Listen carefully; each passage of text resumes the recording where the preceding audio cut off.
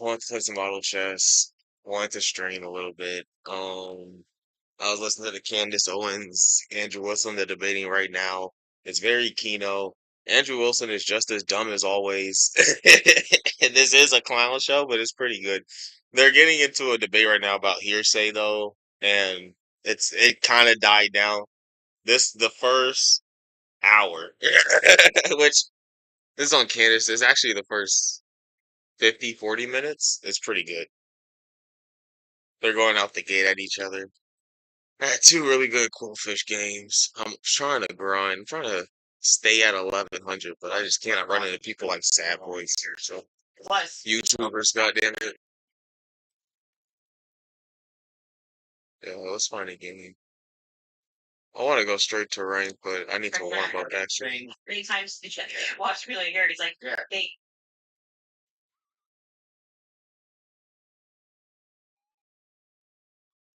constantly on 1102,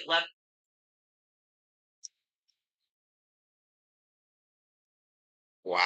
1102, 1102, 1102, 1102. And the reason for that is because it's allowed. I'm not saying it's illegal. It's allowed at this stage. But I'm just reminding you that when you're going just across the board and you're playing, it's going to be, where is your hard evidence? This is what I heard, and I agree with what I'm watching. You are watching the state put on a hearsay preliminary hearing. Yes, exactly. So, oh my gosh, how this all started is actually insane.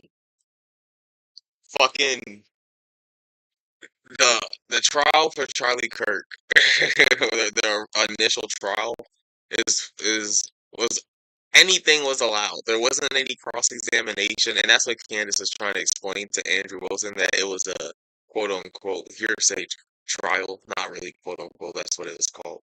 And so none of the evidence that they're using is like super solid, been tested, fact checked evidence or whatever, right?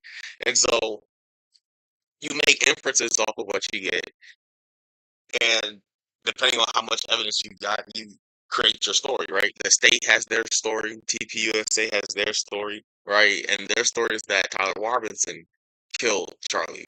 So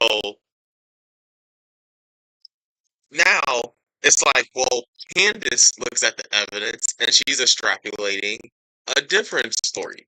Okay, and we're going through it, and she gives one piece of evidence of why she thinks, um, her way, and she's like, oh, the fingerprints on the gun, Tyler Robinson's was the most degraded, and Andrew's like, well, how does that prove that that how does that prove that means Tyler Robinson is a patsy? And she's like, well, that's just one piece of the hearsay evidence. She's like, why do you think that Tyler Robinson was on the roof or in the staircase? And he's like, well, that's just one piece of evidence that I think.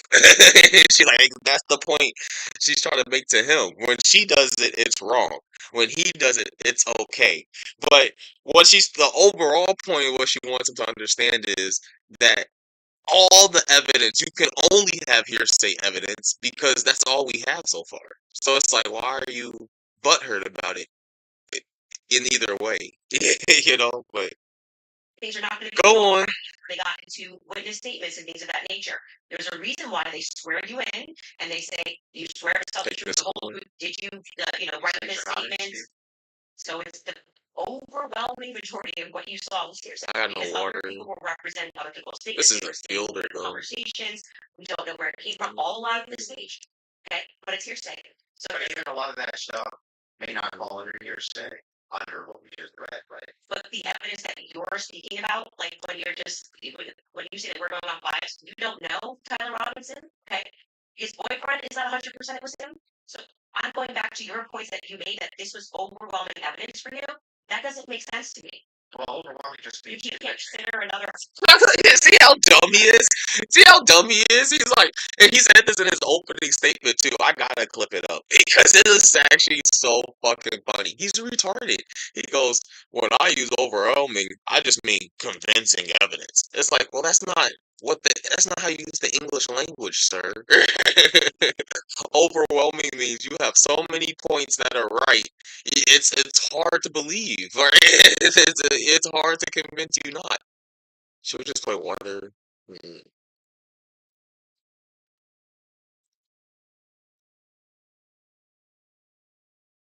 I missed the firefighting type.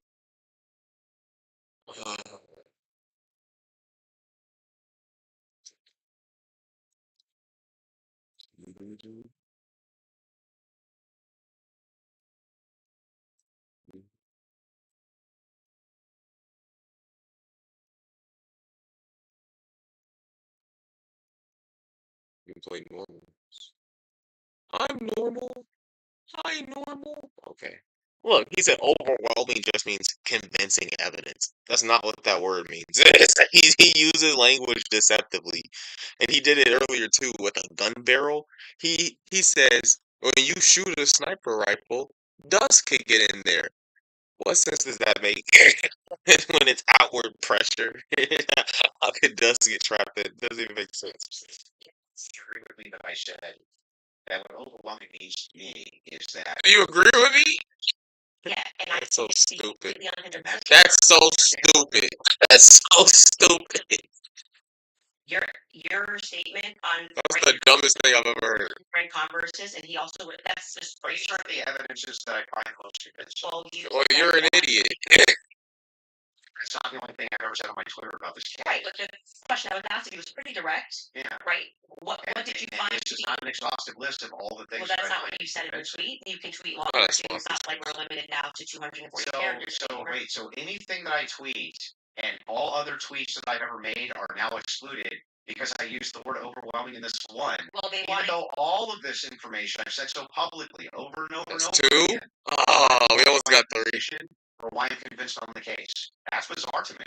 I feel like it's you're an idiot. Somebody asked you a question, what are the points that you find to be the most overwhelming?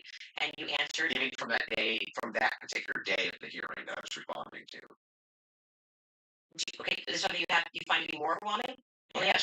Yes. Okay, well, what do you find to be more overwhelming? Yeah. So we do this. Do we want to get into it, or do we want to put it out of break? Are you guys good? He's like, should we go to ads? He said, should we go to ads? We want to go to ads. Let's end it on what you find to be more overwhelming. Yeah. So if we're for me, it's the confessions, the text messages, all of that is what I consider to be, from my opinion, that's the most convincing for me. Okay, we should discuss the text message confessions when we get back if you'd like to. Okay. That's a good idea. Folks, we're going to take a quick ad break. We will be back in 3.5 minutes. Why'd I sell the zoo? All right, you guys, for nearly 2,000 years, Christians have lived continuously in a small village just outside of Jerusalem called That's crazy, buddy. Listen to some of this garbage.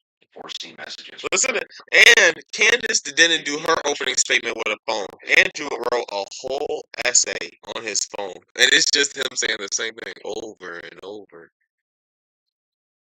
It's quite impressive. Damn, we might have to ditto her boy. I want sound. Also want this.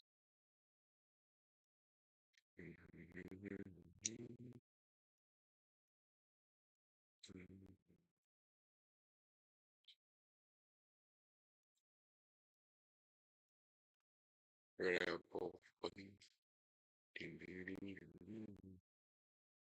Wait. Oh, I lost my. Well, we don't need Barry. It's long one. We're okay for now. I like normals. Opening statements, opening comments. Sure. And what I mean by overwhelming is I just find it very convincing. What an idiot. I just find it convincing. I was supposed to make Frost last. So I can do that on statement. On September 10th, 2025, Charlie Kirk was murdered. Many of you already know a lot about the events which occurred after Kirk's death. You remember the ghoulish laughter, celebrations, and madness we saw from leftists all over, from TikTok invasions, debates, posts on social media, destruction of memorials, and things like this. Within weeks of Kirk's death, the cottage industry began to form. Cottage industry theories on how he died. What special interest may have killed him, what nations were involved, and was our own government one of them? Because this was the first nationwide traumatic event in Gen Z's lifetime, the demand for answers was severe and palpable. The leading theory from the conspiracyverse is that Israel worked with the United States government to murder Charlie Kirk. Within a day or two of Kirk's death, he and Carol claimed that he has a Israel very killed Charlie for Kirk. me. And the conspiracy caught on like wildfire. This theory was built on one misleading piece of evidence. That in his final days, One misleading piece of evidence, but it's not a theory. His stuff isn't a theory. It's not a theory that Tyler Robinson killed him, right? Which technically it is, because the trial was done on hearsay, right? They haven't done the actual full trial thing yet. Dang, do we want this fairy portal? No, we need normals. He took my normal portal, so I'm taking this fairy portal. I would have took the normal portal, but he took my fairy portal, buddy. Sorry. That fairy portal wasn't for me. days on around September 8th, Charlie sent a text message reading, Jewish donors play into all the stereotypes. I cannot and will not be bullied like this.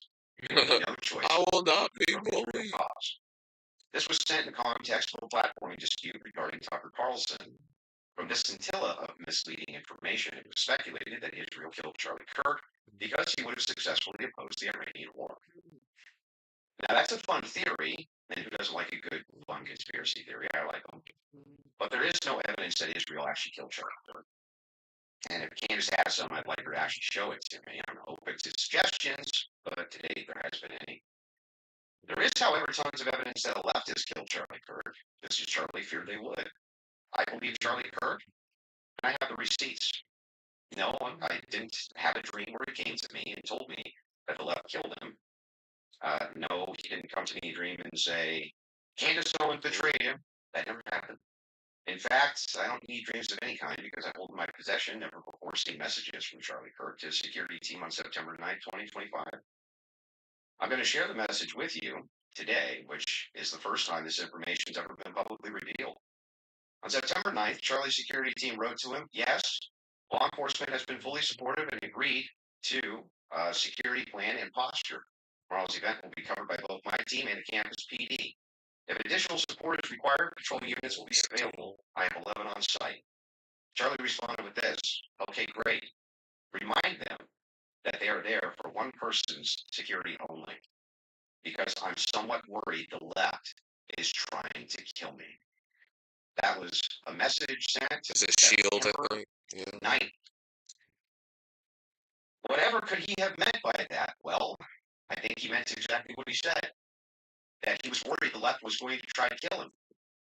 Now, we'll discuss this more later on in the debate, and maybe I have more never before seen evidence that exposes just how wrong and maybe I have idiotic many of these conspiracy theories have been. But that's what happens when you rely on what's called the evidence of the gaps. In other words, You call them the they don't have gaps. evidence, they make up evidence. What did they make up? Well, in my opinion, kind of whatever lined the pockets. And I think it's foolish to profit off of the death of a good man.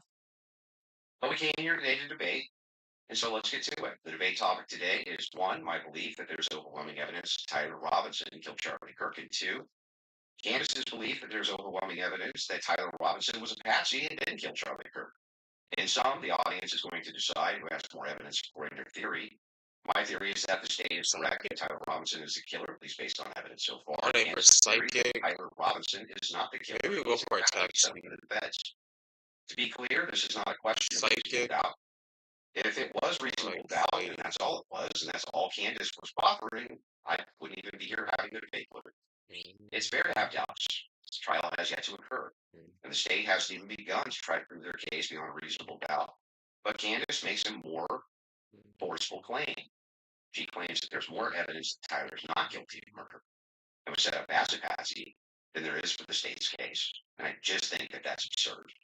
And she will not be able to demonstrate that anyway. In fact, she has almost no real evidence at all of her theory, whereas my theory is supported by compelling witness testimony, physical evidence, multiple confessions, all of which are independently compelling, but which are even more convincing as each piece of evidence corroborates the others.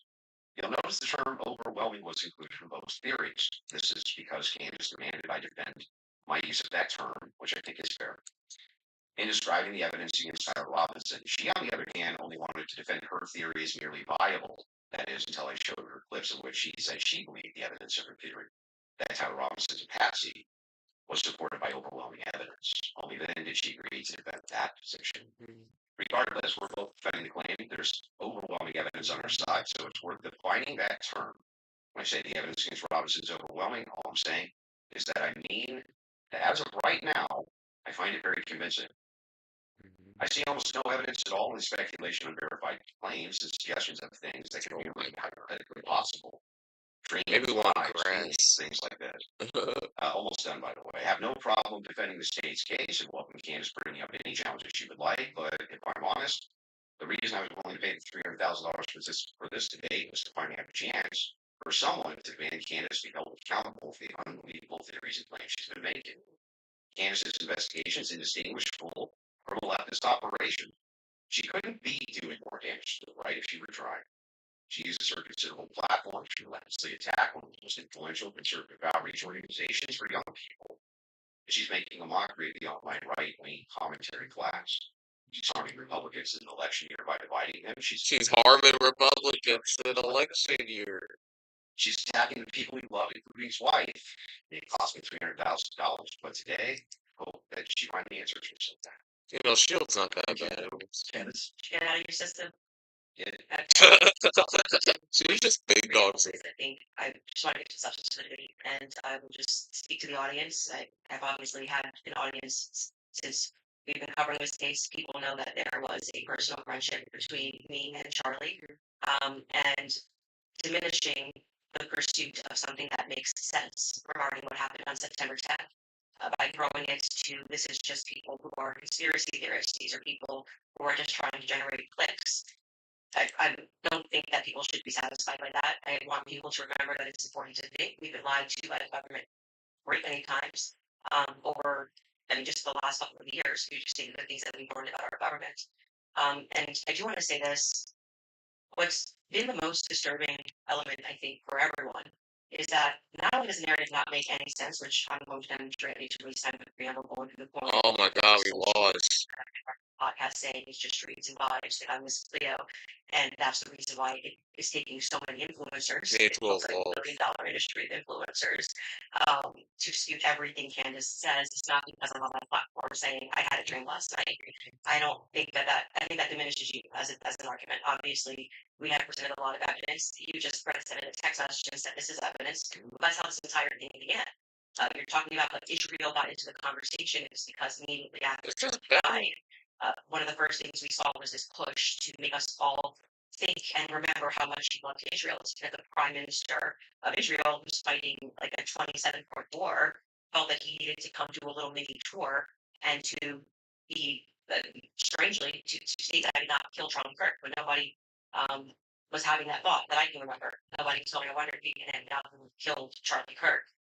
And then we had a round of influencers who lied and said Charlie was not changing on Israel, that he wasn't having any disagreements regarding that topic, that the day he died, how big it is, so much. And I demonstrated via a text message, which you mentioned, and you're now contextualizing and pretending it was just about Tucker Carlson, which is not true. It was a part of a broader shift that Charlie was having over the last, I would say, actually, on your show, it began. Since October 7th, which is when I began asking myself more questions about Israel as well. And so, yeah, when all of these things happen in the immediate aftermath, and I drop a text message after everyone is denying that, Tucker Carlson then comes out and confirms the conversations that he had with Charlie. Megyn Kelly then comes out and confirms the private conversations that she had with Charlie. People then begin to ask a reasonable question, which is, why are we lying about this? If they were forthcoming with that, then they had said, hey, yeah, Charlie was starting to ask questions. I think after October 7th, it's reasonable that people are starting to re-examine our relationship with not even they're back. which is they're back. I trust in the COVID back. You gain, and yes, you are. Well, I want to get into the text message. Explanation of why it is that these messages should even be questioned. The defense has. I'm weak. He's like, why are you even questioning me? What helps our business. If you're watching Camcast, keep this thing there as well. This allows us to have more conversations like this. The mainstream media hates the fact that we're having these conversations right now. Just so you know, they want to control it. This week, so it doesn't matter. That's all that means. To kind of say that. Let's back to the next conversation we'll have. Like, let's say that we're going to. Yes. Go back to that text. Okay, that sounds good. Okay, so yeah, I used basically three pillars as a totality of evidence.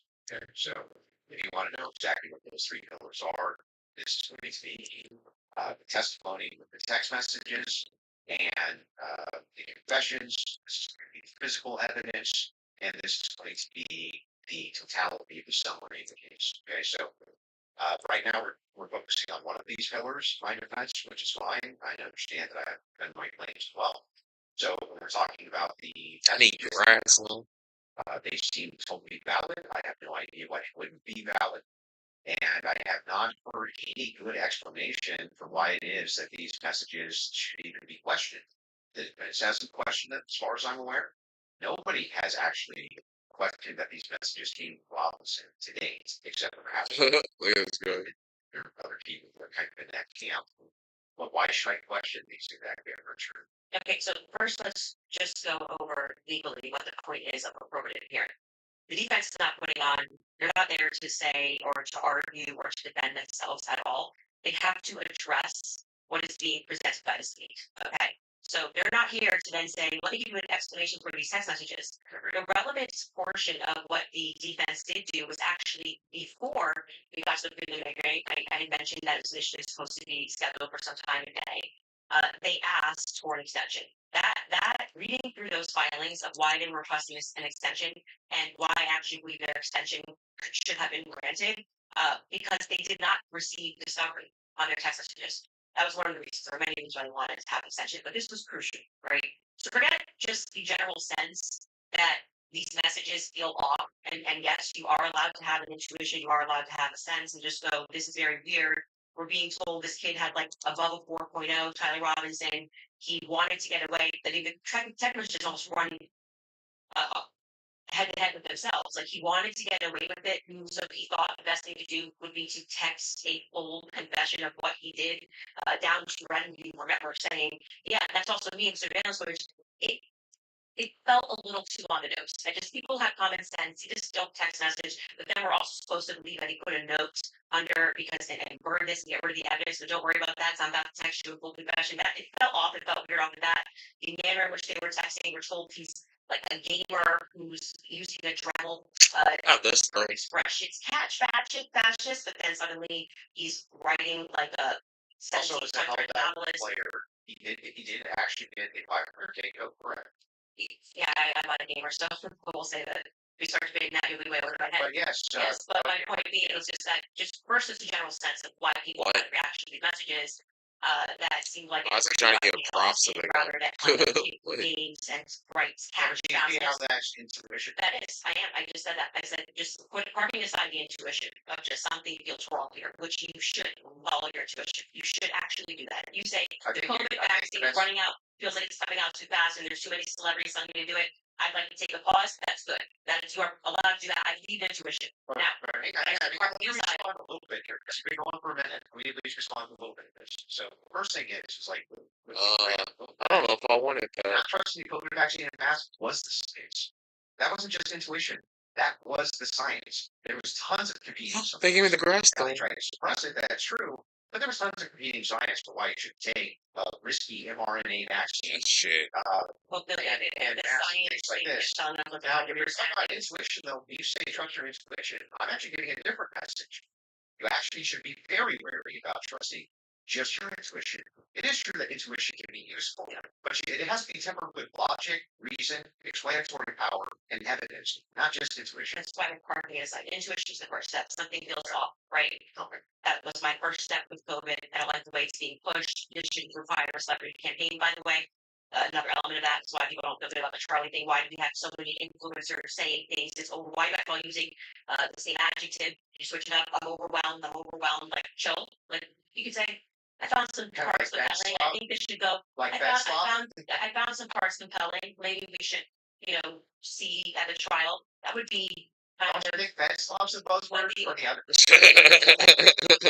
Day. What's wrong with this guy? Trial, which was, I would say, not overwhelming at all. Us. Nobody came in medium, great. Came in like there were some interesting aspects. This was a little suspect. But I do think it's enough to go to trial. They all came in like they were passing away and we're going to die from being overwhelmed. Trusting their intuition. Okay, well, actually, in that scenario, we're looking at a preliminary here to have actual was their intuition. But like Why- I said, how do you know parking that? aside, just getting the substance, parking aside, just a general intuition, so it's not writing text messages. Then we look at the filings, which came from the defense, and they were requesting an extension saying, we have gone God. to prosecution and we have requested all of this stuff in discovery. Yes, you are saying that you took Lance's phone, okay, and that you collected his phone on September 11th and that you sent it off or whatever. You took a picture of the text messages and we are being given these text messages to review. Crucially, Kathy Nestor said, I have not even been given access to my client's phone during this hearing. She said, I haven't been able to access my client's phone. She can't tell you as a part of a discovery. Why didn't I get the grass chip to Meloetta? Candace, I just got a text message from Candace, and I say I didn't send that text message because for a client saying we don't know. Wait, I should actually just give it to Meloetta. Messages. Could there be someone who logged into the Discord? Could there be someone who logged in to his Apple? George could be sending text messages right now. We are married. He has every login that I have.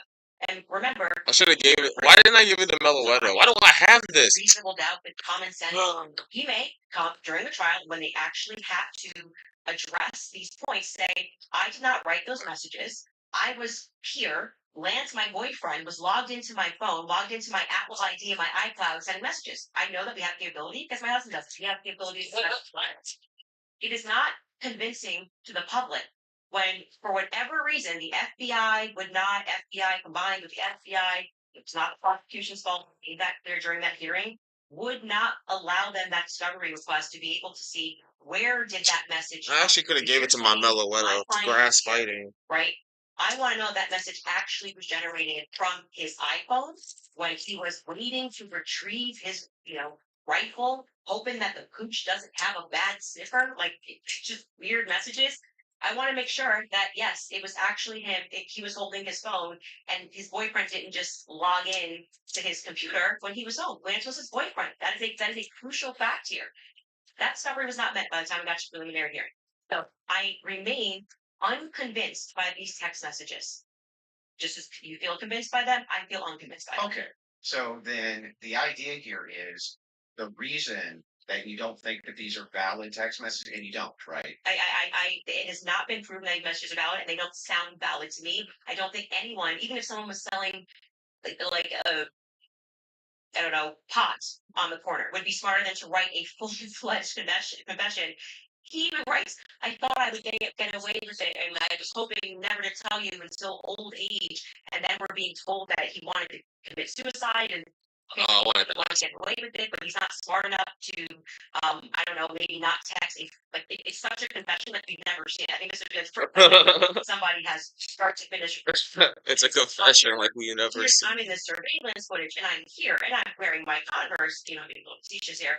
But it was a little ridiculous. It didn't pass the test for me. You have kids, and you love them more than anything. I did. If it was the case that you thought that your kid was innocent, would you be out telling everybody and their brother that you thought that they were innocent? And also, wouldn't you maybe recant say, hey, he didn't actually confess. He didn't actually. I'm weak. He's justifying lies. He's like, but it makes sense that they would lie. I can answer that. And if you watch my show, I keep telling you it's not vibes. So right after the shooting happened, Lance Twigs, the FBI put him into a safe house they paid for. They went to the parents as well, to Matt Robinson and Amber, basically said, your life's at risk. There could be somebody who jumps up and wants to avenge Charlie Kirk. And, we're going to watch you. And they went. We're going to watch you. Federal safe house. What happens next is that they started thinking that the feds were maybe gonna, maybe not as honest as they thought. And how do you know all any of that? You gotta watch the show, right? Yeah, no, how do you know that? I had a source within the Robinson family. You have a source, an anonymous source, of course. So there's no way for us to verify that what you're saying right now is actually even true. Science be reliable hearsay. It's reliable hearsay. What you're doing is a cool story. It's not cool. Hang on. You must have hated watching. You're giving us a cool story. You're saying that according to your sources, that the reason that the parents haven't recanted any of this. Recanted what? They have no statement from the parents. Wait, I just want to make sure that if it was the case, it was being reported. If it was the case that your father came to you and said, "Hey, is this you? What's going on here?" and then he and one of his buddies took you in where you turned yourself in. You wouldn't go out and be like, no, that's not what happened. That isn't what happened, though. You're just wrong on this. Okay. She's like, but you're just Right, wrong. so I'm clear. Where is your evidence that the parents turned him in? Oh, no, I didn't say that. You said there's the mainstream media? I said with a sheriff friend. Yes. But the father did confront him. The father confronted what? Tyler Robinson. And where did you learn this? That the Tyler Well, I mean, that's confronted part him? of the official documents. Our fact checkers can pull that up. That, but yes. But I'm saying, but when you say official documents, do you mean you saw this on CNN or you saw this play out in the hearing? No, this was one of the things that I went through fact check pre-debate. Are you talking about like the charging documents? I think it was in the. It could have been in the charging. He has no idea what he's talking about. He has no clue. No. And yes, are you disputing this? Yeah, You have that on the back to pull it up. I can already tell you what you're talking about, the charging documents. Because this is where we had to figure out where this story came from because everyone was operating on the assumption that Matt Robinson turned him in. Until we got to the preliminary hearing and we understood, like I said, even for that, when you are charging someone, you can use hearsay. It's all probative, right? Sure. Nothing. So they didn't have statements. It's not like Matt Robinson, even though he was interviewed that night. Amber Robinson was interviewed that night by a Fed, separate rooms. Tyler Robinson was interviewed by a Fed. They did not produce statements saying, my son did this. I believe my son did this. But what happened was they did interviews, but also the crucial thing here you just brought up is Mike Mitchell. Mike Mitchell is the biggest unknown in this entire case. Everyone keeps saying they heard from Mike Mitchell this, they heard from Mike Mitchell that. So when the person who wrote up the report that night, and it was Brian Davis who wrote up what became the charging documents, he after they transferred Tyler Robinson from the Washington Sheriff's County office up to I think it's Salt Lake City at 4 a.m. in the morning. I didn't put in He then Pikachu. writes the what becomes a charging document. So he's basically saying we all spoke to a bunch of people, and here's the information that we got. Right? We've not seen that. So it could have come from Mike Mitchell. I didn't put in Pikachu. I don't know how this negates the point. Though. Why wouldn't the parents? Because you don't have a statement from the parents. Yeah, you are going. Why wouldn't they just correct It's not correcting. That doesn't negate the point. The point is that we now have got the preliminary hearing. If the parents were the ones who said, "I'm turning my son in because he's guilty," I didn't say they turned him in. Yeah, I think you're talking about the over. You said it's been the narrative. Everybody's known this. The narrative initially, which I think you agree with, was that Matt Robinson knew his kid was guilty and turned him into the police station. What actually happened in terms of Sheriff Brooksby, who was present there and gave a press conference, what happened was this Mike Mitchell character essentially peer pressured him, and we can get a fact check on this. We can find Sheriff Brooksby's press conference, and he said, they know it's you, and you're going to come in peaceably, or people are going to be banging down your door. He was a undercover cop, which I don't like that. I don't know what he did undercover. It's very hard to find anything about Mike Mitchell, but he worked with them for 20 plus years, the police officers. The reason why Tyler Robinson knew him was because he lived nearby and he was also his Boy Scout leader. I was just negate that the parents could write this second. And by the way, if you had I'm going to address that point. I'm just saying that your first point, which is that the parents did this. Yeah. We don't know that the parents. I didn't say that they did ever. Well, you're quoting the parents as having said. You said that Matt Robinson said that his kid was. You say involved. I don't want to misquote you. Confronted him about it. Confronted him. Yes. And I'm telling you that we have not seen any evidence that is true. We can fact check that. Okay. If we do have evidence. And I'm saying it's the charging doc, which could have been derived from a statement Mike Mitchell said. Two things I have ready in the back. One is the charging doc, and the other one is the video of Kathy Nestor saying she hasn't seen Tyler's phone. Okay, we can run Kathy to go back, and then just to go backwards to Kathy first in court saying she didn't get her client's phone. Yeah, and then I think we'll go to the. If you're okay with that. Thing not in dispute. These are all things that I'm not even disputing. Okay, so we don't show it. We never get to the thing that I am disputing. Well, I was just providing an answer. We were coming back in from a break because you were talking about the tech messages that you felt was concrete. So it was just my rebuttal to you that it's not concrete because they haven't had a chance to actually answer that, and she didn't even get to see her client's phone. So that's effectively, again, the state saying these messages are real. You don't get the discovery on these messages just yet. She will during trial. They will actually Don't discover you the think messages. that would make their case fall apart if it was the case that they weren't able to actually pull the data off text messages? Do you think the prosecution would go to court with fabricated text messages? It's called winners and losers. They may not be fabricated. But by the way, as what they are saying, like I said, if there was somebody logged into his phone, they may not be fabricated. That's the point. So let's get your. I couldn't make loaded dice. Yeah, so I was saying, I believe what you're talking about was derived from the charging doc, which was signed off by Brian Davis. Let's see if that's correct.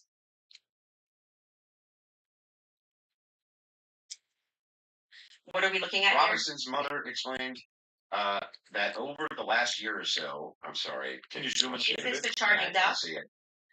Robinson's yes. father I should have made reported loading that when his knife. wife showed him the surveillance image of the suspected shooter in the news, he agreed that it looked like their son. He also believed that the rifle that police suspected the shooter used matched the rifle that was given to his son as a gift. As a result, Robinson's father contacted his son and asked him to send a photo of the rifle, which makes sense with the text messages. Mm-hmm. Robinson did not respond. However, Robinson's father spoke on the phone with Robinson. Robinson implied he planned to take his own life. Robinson's parents were able to convince him to meet it. It's Snow Yeah, Run. so this is proving my point. This is Ghost? from the charging document, correct? It's dragging. Yes, what I'm saying to you is that three people got interviewed on that night. Mike Mitchell got interviewed, Amber Robinson got interviewed, and Matt Robinson got interviewed. Of the three of them, only one of them actually wrote a statement, which was referred to in this preliminary trial. He came in, I believe, in March, Mike Mitchell, and he wrote a statement, which I find to be very shady that they decided to bring. Why aren't the parents disputing that?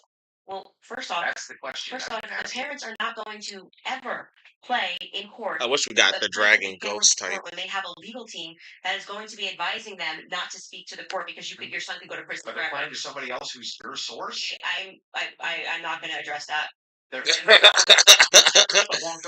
said, I'm not addressing that. Well, what I did not say to you that I just said I have a source, so I want to be very clear and take it from somebody who was involved and permanently sued. When I have to take my lawyer's advice, and there's so many things I want to respond to when people are speaking about. Yeah, but it's bizarre that they would utilize the source which would get the information to you, but wouldn't just go to the media and be like, actually, that's all wrong.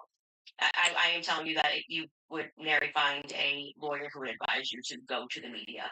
Oh, this mother, especially when your son is up for death. If I thought that my kid was in any way, shape, or form going to be able, you couldn't shut me up. Or my wife, she would be like, that's not true. That's ridiculous. There's no possible. That never happened. These people are lying through their teeth. They'd be public whether you like it or not. That's for you and your wife, but when a judge issues a gag order in a case and your son is up for death, but this is the strongest lawyers could be advising you, but if you say anything to blow the case, you would have a more responsible consideration. I see. And we're speaking opinion here. You're like, well, I wouldn't care. I'd violate it, and I'd violate the judge's orders and see what happens. If you have a source, they're violating it with them. I'm not speaking to a source. What I am saying to you is we need to make cross lines relevant to what this is. We have not seen any proof that statement that is included in this charging document. I think it is highly likely on the basis of the preliminary hearing that all came from Mike Mitchell.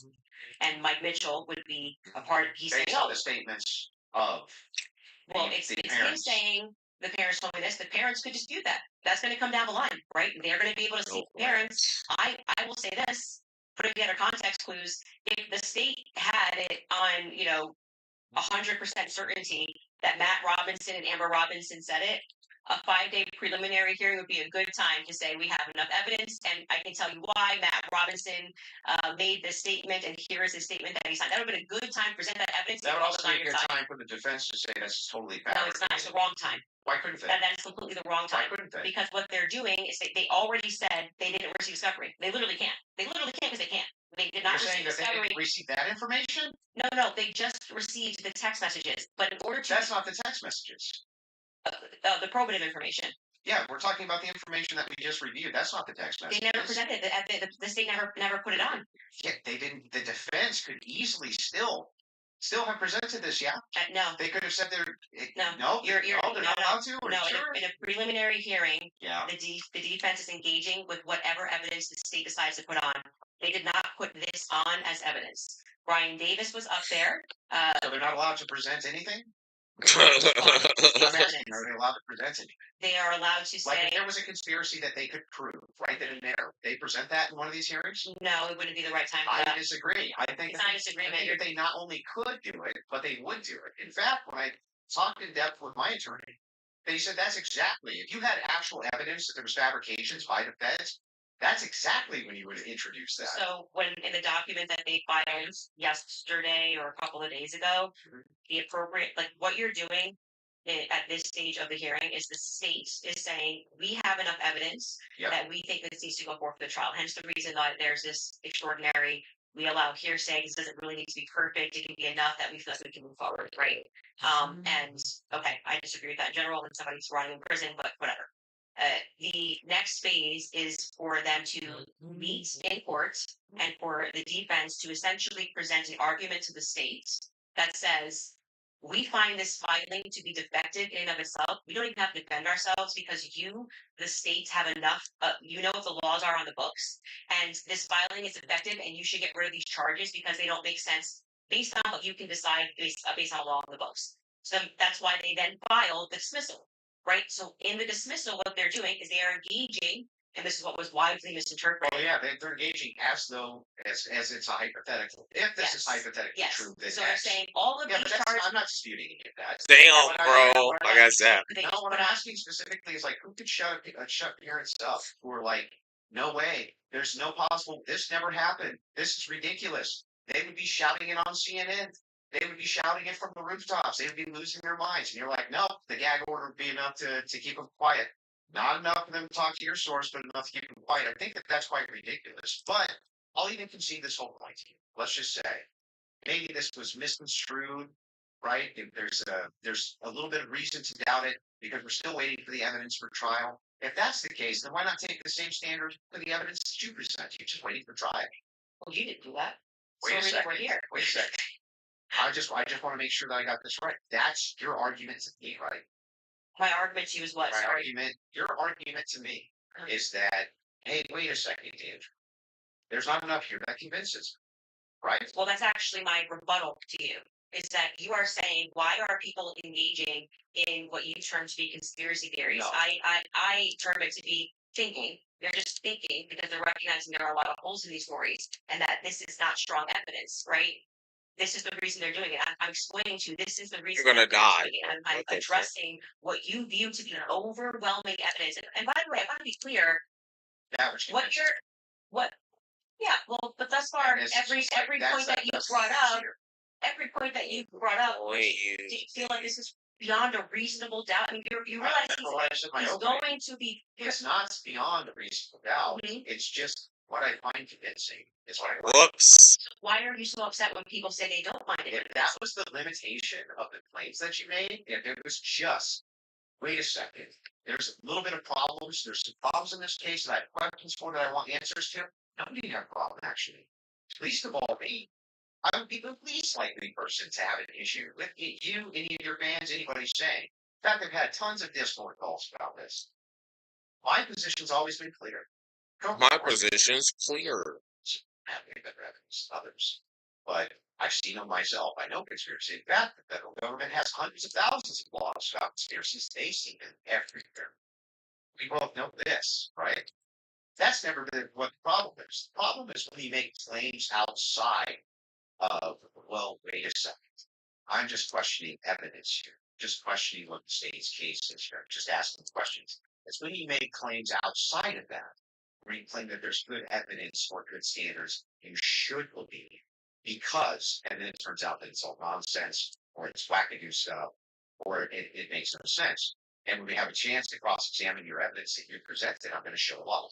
A lot of this conjecture that's based on literally nothing that leads from no inferences whatsoever. Like, why is it so difficult? Logic. That's the problem. The problem has never been whether or not you just said, you know, there's not enough in this case so far until we get to the trial. I remain unconvinced. Sure, there's tons of people who remain unconvinced yet until we get to the trial. I think that's fine. I think it's fine. There's people who are convinced too. That's never been my. I should have put the Firestone. Oh, I don't. Okay. I'm cooked. I'm not sure I really care if you have a problem with what I think in my own spare time. I don't understand this like lecture that you just gave. But beyond that, what I'm saying is that she's allowed to use this. My problem is you guys are not like, yeah, you guys think while it's illegal, you can't. You are allowed to do that. So, but anyway, going back to you saying I wouldn't have a problem. I think I just demonstrated pretty thoroughly that what you claim that you have a problem with is exactly what the state is engaged in at this stage. So it just doesn't make sense. That's not the case. In fact, So the if people thing look is, and they say, the I'm thing is looking at the funny. gun and I see, and I'm inferring this, and someone else says, I'm looking at the gun. Yeah, see, and this statement. inferring that. They're both doing the exact same thing. Exactly. I want to do it for the state. That's propositionally false. That is not I'll propositionally explain false. exactly how. It is the case that every proposition is going to have a true or false conclusion, period. That's just logic, right? It's law of exclusion. All propositions are going to be true or they're going to be false. When we get into when we're making inferences, we're What a making dummy. propositions. We can actually come to true conclusions with false premises. Don't. Talking about here is not what Oh. you feel that you're convinced by this evidence. So you felt like you were Right? Sure. But here's the thing. When you ask me my reason, Andrew, why are you convinced by this? I can give you my reasons why I'm convinced by it, why it seems reasonable, rational to me to be convinced. You could even say, but Andrew, I'm just not convinced by it. If that was the limitation of your claims, we wouldn't even be having this conversation. That's why I wanted to have the conversation, in fact, was so that we could move into your actual claims that you've made, which transcend the idea of I'm just asking questions. Before we get into that, the team has one thing they want to show before you go into that. So if you want to pull that up, this is the prosecution filing showing defense had full discovery by April 1st. They did not. That's not true. Wait a second. Yeah. To date, the state's prosecutors have disclosed all evidence that is presently and reasonably available to them as required under Rule 16 Utah R Criminal, to be more precise, as April 1st. Yeah, that was not 100%. That's why they're teaching that by saying what's reasonable. There was an entire, and we can pull this up. I don't know. That's from there. So they were basically saying you don't need it at this stage, meaning it's not reasonable that you're asking for this when we're going into a hearing that's just going to be based on hearsay and stuff, things of that nature. But of course, by the time trial comes, you're going to get all this stuff. To show cause. Yes. Yeah. So that's what they're saying. Yeah, I understand. Okay, so that's and not. I'm even fine with Yeah, it. that we all know. And then, by the way, just now that the hearing is over, and you can also fact check this, they now at the end of the preliminary hearing dropped like an insane amount of the discovery stuff they gave to them like the week after. You guys can give me the exact amount. I don't want to say because I don't know my I don't remember how much was the certain amount of stuff they gave to them right after the preliminary hearing that they had been asked for. So that was one of the things I kept saying on my show is after watching that preliminary, why not just give them the stuff now so they can engage in these arguments? Because I feel like it's like I want to hear what they have to say about the penmanship. Like why can't you just give them what they're asking for so that they can actually engage you? And it's a conspiracy. So, but the judge ruled that it wasn't necessary at this stage. That was the whole point of that. because Preliminary, yeah. Would you like to play Kathy video? Well, he's saying he's not a screen, so I don't think we need to do it. Yeah, so I meant that she said Yeah. So so I guess Yeah. But also, say here have stated on record, which transcend elements of reason. why are we having a transcendental Yeah. conversation? Why are we having I thought we were just talking about looking at the evidence, which never exactly. Yeah. We were looking at evidence. Now he's having a transcendental incident. You told me that I could take as much time as I want to take questions. No, but I'm just asking you just to lay the groundwork of what you're saying is problematic, that you decide that it trips into something else. And I do still want to hold you for going through to discuss the guns, we discuss your you told me those things, but I'd like to get into that. So now I explain exactly what the groundwork is. You make claims which pass the idea of I'm just asking questions because the state's evidence is not convincing. I think you have to answer those claims because they are in regards to this case. You're saying, I have a claim in regards to the assassination of Charlie Kirk, which is what we're talking about, not just the case of Charlie Kirk, it's assassination. You should have to answer the claims that you made in regards to the assassination itself. You should, agree. So if that's the case, then I would like to finally dive into some of that evidence and dive into Well, just to be clear, and I'm happy to have you talk about, like I said publicly, you want to gain some conspiracy, but I said I want to make sure that we get to the substance of our debate. Substance of our debate is demonstrating that all of the quote unquote evidence that you feel that you have, which demonstrates that Tyler Robinson shot Charlie Kirk. You don't find it. It's been validated by the testimony that we saw in your answer. Right, so I don't know. Okay. Well, Yeah, so I don't know. there lies my ability to process that. That's just fine for you. Okay. Do not be convinced up to this point. All of your viewers, everybody watching, So nobody's getting. you're conceding. Nobody's So you're conceding. We're just up to now, the evidence at the state's given. Well, I'm just kind of not convinced. That is not what's been happening. What's actually been happening is that you've made tons of claims in regards to this case and in regards to the Kirk assassination, which are far above and beyond, I just doubt, the state's theory. Okay, yeah, I mean, sure. Those I are do things doubt that the state's theory. I also am welcome to say what I think. If you want to move into opinions, if you want to talk about Erica Kirk, if you want to talk about Turning Point USA, I'd like to talk about. and get into it, I'm totally happy to do that. But I just want to say that, I do not feel, as I said, what's important to me is that we exhaust this topic first of our actual debate claims. I do not feel that you sufficiently have argued that the evidence is overwhelming. Sorry. I am sorry. He's an idiot. He's actually an idiot. He has a Great question. So I actually expected this. finally some sense. Evidence just for you to say Tyler Robinson killed Charlie. That's a great question. So I actually expected in this preliminary hearing, actually, almost the inverse of what he was saying is true, right? So this is now the time the state is putting on their evidence. That's the purpose of this hearing, right? The state is using hearsay, but they're also putting on their evidence. So I was just expecting some sort of a slam dunk. Like, we got him on camera taking the shot. At least we have him clear on camera. You're telling me this guy drove 13 hours all around. Like, we can definitely show you a picture that it's going to be beyond a reasonable doubt before we even get to the trial. People are going to see and go, oh crap, like, it was really Tyler Robinson. I was expecting to at least see evidence that, because I had reported early on that the source was saying that Tyler did not step foot on campus that day. That is my perspective, that he had something to do with something. I do believe he was disposing clothes at this stage. At this phase, I do believe he was disposing clothes. He was involved somehow. I find Lance to be more suspicious, if I'm being honest with you. And also, like I said, the use immunity that was given to Lance by the feds, the fact that the feds didn't ask him any questions, the fact that I spoke with Lance Twins' family, and they were like, it's very weird that the feds are not asking him more questions. He's exactly the person that I would imagine to be involved in some stuff. Allegedly, I'll say allegedly. But when we got to the preliminary hearing, there's not a single piece of evidence that I felt was slammed down. I was waiting for that photo. I mean, anything would have made me go, all right, I think this could be the guy.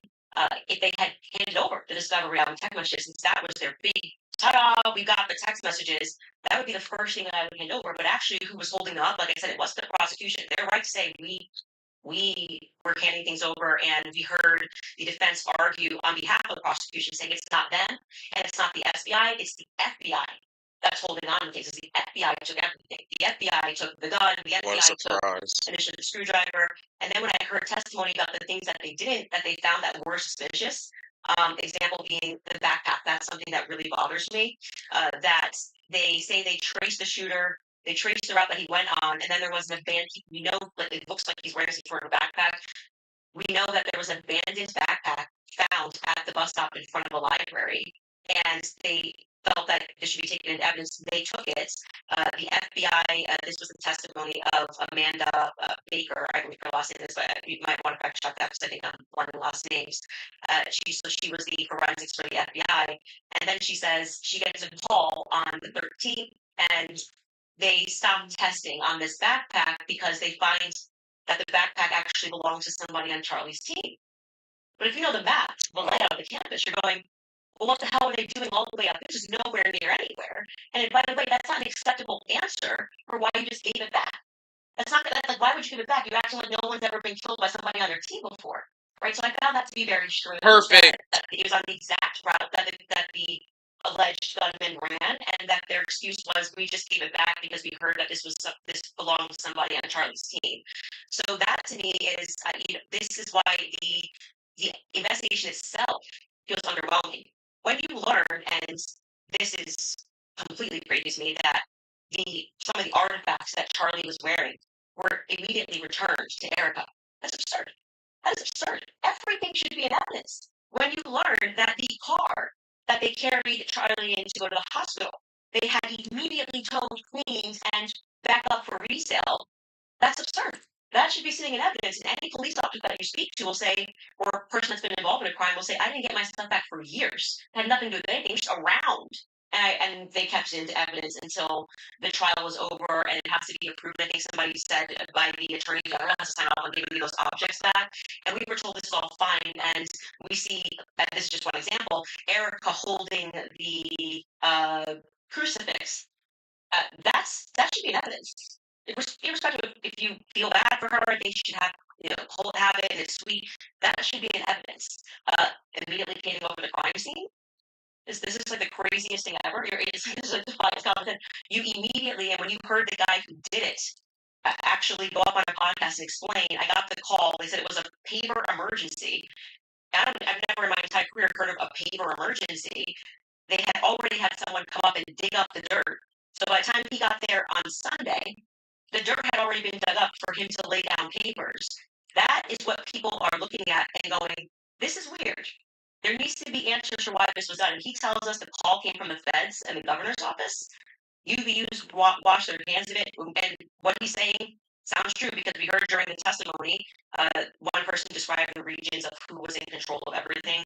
The feds were in control of the courtyard. So in order for interesting. That was federal territory. So to speak, maybe not using the best cop term, but the feds were in control of the courtyard. So these are things that I think should be answered for. Why are we doing things differently than you would in any other criminal scenario of keeping the evidence until we know more, until we're confident, the various decoys. I did it. It just doesn't look right. Okay, so go back to the question. So what would you need to see for you to say something? If they had, I was expecting, here we have him, he took the shot, here it is, and then I'd be like, great, a clear image of him on the staircase, from that's definitively Tyler Robinson, and he was on campus. We got nothing. We got literally nothing but hearsay of people saying. But you basically get no case. What? You basically no case on planet Earth. You get that. Oh, we got a picture. Here's with a murder weapon. Here's taking the shot. Most of this take place on a college campus. It has surveillance everywhere. Yeah. One clear image of his. I understand when you're car plates. If you're asked the question, what would it take to convince? It would be the same question be asked to me, Andrew. What would it take to convince you that the oppositional strategy, right, that he's Apache or something like that, just good, clear, concise evidence that's been presented, right, and is being presented that I could go through and link all together to see if there's actually some clear picture of there being a Apache. That's what it would take for me. Okay. Just a good, I don't disagree with that. We haven't heard the details. Just a good evidentiary standard, and then of course I would change my mind. So just to qualify this, so there is a possibility in the next few months that you may come out and say, guys, it's done. Tyler killed him. Yeah. So you're saying yes to that. Yeah. I think it's very important for the audience here. Without question. For you, is there anything that you could see for you to say, yeah, this guy was a patsy? Of course, I'm going to always follow evidence. Perfect. So my whole thing is just this. It's really important to me. I don't mind people being truth seekers and justice searchers, and the internet has helped solve tons of crimes. There's no ifs, ands, or buts about that. Right? However, there's also people who, they not only don't solve crimes, but they just come up with conjecture and what's called flooding the zone. You flood the zone with tons and tons of conspiracy-based ideas and they go nowhere, right? And in fact, they actually take away from legitimate investigation. Now, I'm not even saying anybody here is purposely flooding the zone. That's not even the claim. All I'm saying is that the claims made absent, this is just me not being convinced by the state's evidence. Those become claims, and claims have to be defended. Just like mine have to be defended, yours have to be defended. And that's what we're going to get to now, yeah? We're going to get into it.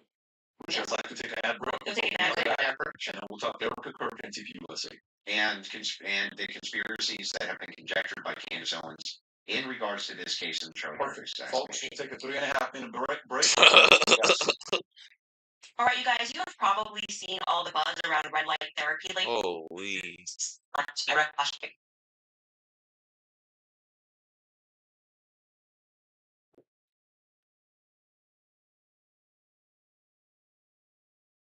The Candace ads were shorter than their ads.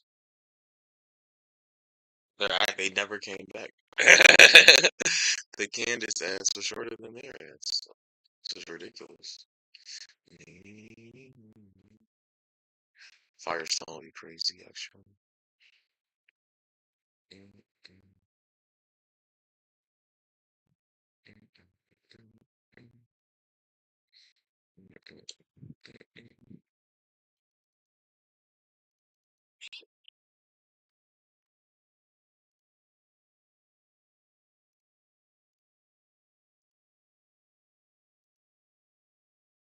We don't want this.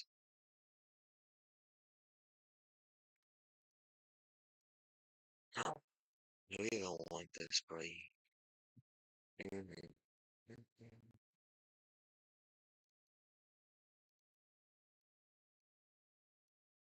Not really.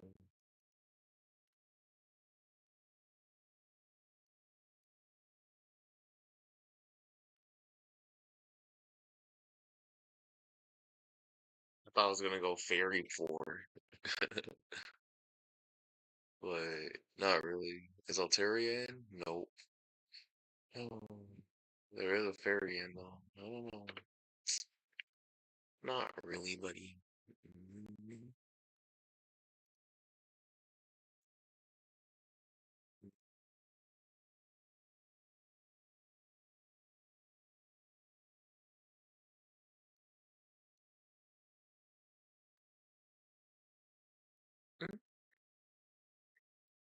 What's this? You know,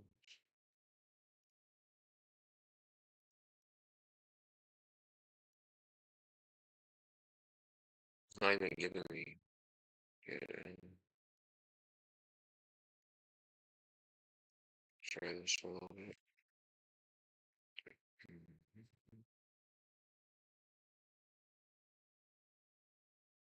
There's normal 4, fairy 2.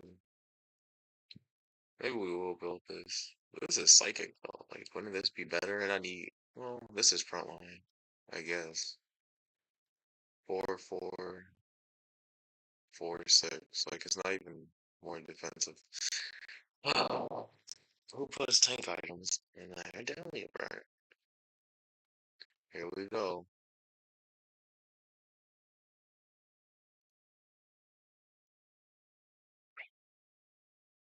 Do do do do do do do do do.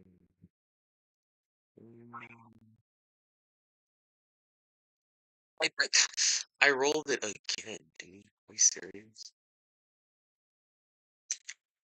I rolled the damn thing again. This is what I was looking at to start to maybe play on the human side. We want human fighting though. But this is probably tankier. They gave me execute.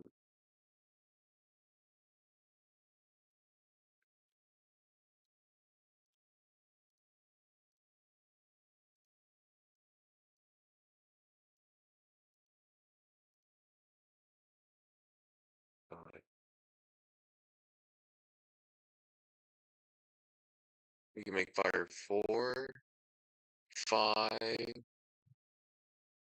Oh my gosh. I want the water, but like, how can I not do this? How can I not do that though? I do want the water.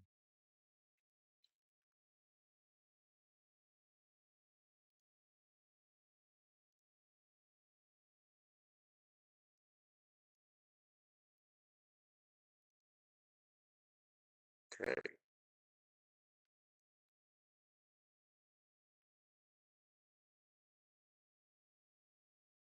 Cast.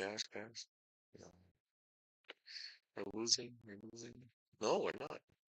Wait. Yeah, we are. Wait, no, we're not.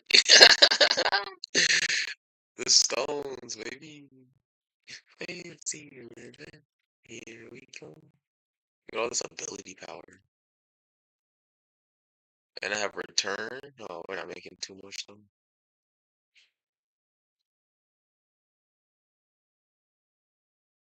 Bruh.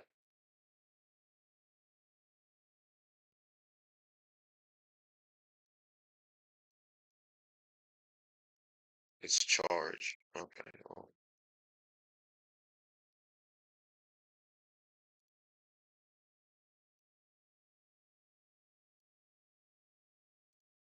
I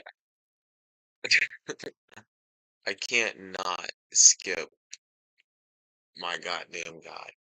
I keep skipping that guy. But I guess we don't need it though. Even though we kind of want Fire 6. I don't know how we get there though. Hopefully we get Ventini, I guess. Mhm.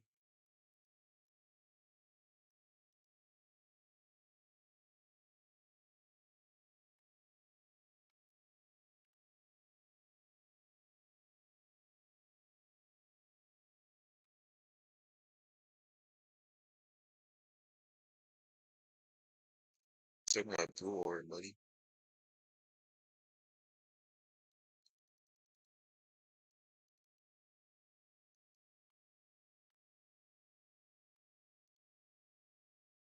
I skipped my Hatana.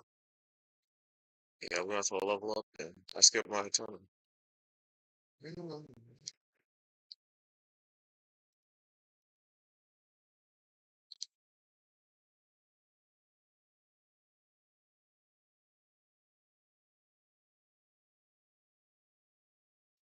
So officially back, Andrew, before we go into the other issues we're going to talk about, is it fair to say you're good defending your position of the overall characters?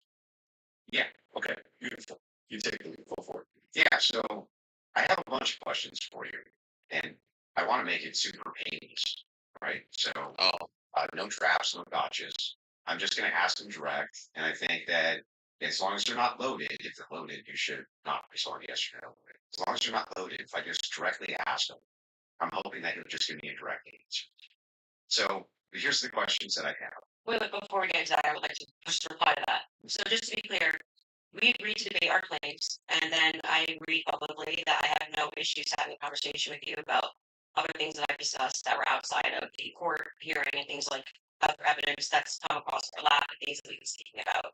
So I just do want to make it clear to viewers that for whatever reason you think that you have a right to sort of depose me. I'm not supposed Uh, to. Depose me. you said that I want to be able to This question is you. a meta conversation. Right, but okay, so now we're transcending. Okay, let's use the word. Let's use the word that you're saying. But this is what you're doing, right? So this part to me feels like a bit. Am I allowed to ask questions? I've already said you can ask questions, but I made it very clear to you via email and with you in conversation that we should be speaking. This Yeah, I know, isn't like but you get to sit. I want to ask If you want to oppose me, you should join me across defense team. This is part. I'm just gonna ask questions. Can you answer it? Blah blah. It's like I don't know what you're going to ask. I know. to answer And as if you I have see fit issues with because I'm not. I get it. Yeah. I get Okay. it. Just so we're clear. Usually in the debate, if something's not loaded, I just correct it. Because you kept saying on Joe Rogan, they have no evidence, they have no evidence, and now you're like, so wait, man, just talk about transcendentals. Yeah, okay. Anyway, so direct question, super easy. Was Lance Twiggs DNA in the rifles horseshoe? We can't say that for certain. As far as you know. I already answered that in the first part. We can't say that for certainty. I told you the context of which they spoke about those things. So no, as far as you know. We can't say that for certainty, so we know what are the 5 steps of friendship. So I already know as far as you know. We can't say that for certainty. You can say no as far as you know for certain. We can't say that for certainty. Actually, You can't say that for certainty. if your energy here is going to be like you're my dad, and you can tell me how to speak, what I'm supposed to say. She was on his ass. I'm familiar with this debate strategy. I am just yes or no, yes or no. We're not debating anymore. We're having a conversation. So I already addressed that in the first half of this about why. no, we're still definitely debating. This is still. No, it's not debating. Now this is You're dragging. things that sit outside of the evidence. I actually. Oh my gosh, we can get to the dragon region. That'd be so good. Like, Oh my you're god. saying that I'm on trial. I'm not on trial. Okay, great. So Let's you talk can about have a the, conversation Let's as talk we about the agree. Let's talk about the Orange Legion. Sure. Was the Orange Legion evil trying to kill you? I need to get to the dragon region so bad. The correct officials in government. That's what I was told, and I handed over that information to Tulsi Gabbard's office. What's your best piece of evidence? Well, it was told, Positive evidence. it was told to me by somebody who was high up in the French government. I passed off that information to Tulsi Gabbard. Dragon region, dragon region, dragon region. Office. And that's all I can tell you. I wouldn't be able to probe any evidence that I don't have the power to do that on the federal government. I would also like to say that this equals this other piece of what you do, which is when people say I was told this, and this is the evidence that I have, and I'm willing to have that conversation and write the email to the correct government body that deals with this. Like, I can't hack into Emmanuel Macron's bank accounts and say whether or not the information. But then you go, well, where's your evidence? Like, well, my evidence is that I recorded it. I did the right thing that you're going to do. So if somebody calls and says, hey, Andrew, there's a viable debt right against you, and that person definitively has the right to be able to tell you this, and you say, well, what I'm going to do now is I'm going to report that to the feds. And they go, what's your evidence? It's like, well, I got the information, and I gave the information that I got from who I got it to the right body of people. That's what I did. Got it. I just want to make sure. I'm not trying to trap you. Well, I just want to make sure. And that's why I said I want to know what you're doing now, because this has always been the thing. It's like, we actually can't win on the overwhelming play, so we're just going to go and bring up everything that I think can try to embarrass her. I reported exactly. I'm not trying to embarrass you. I just want to make sure that I get decisions. I have not said, yeah, go ahead. Now, you have stated multiple times that you believe that Israel is involved in the death of Charlie. Can you Sorry, just saying. Go ahead. Can you give me the context for what are you talking about? Like, when I say, generally speaking, why people think that Israel is involved? Okay, where's your question? Yeah, do you have any positive evidence whatsoever that Israel killed Charlie Kirk? Well, I couldn't say Israel was on the ground and shot and killed Charlie Kirk. I would say that there are various things that we're trying to establish, one being a motive.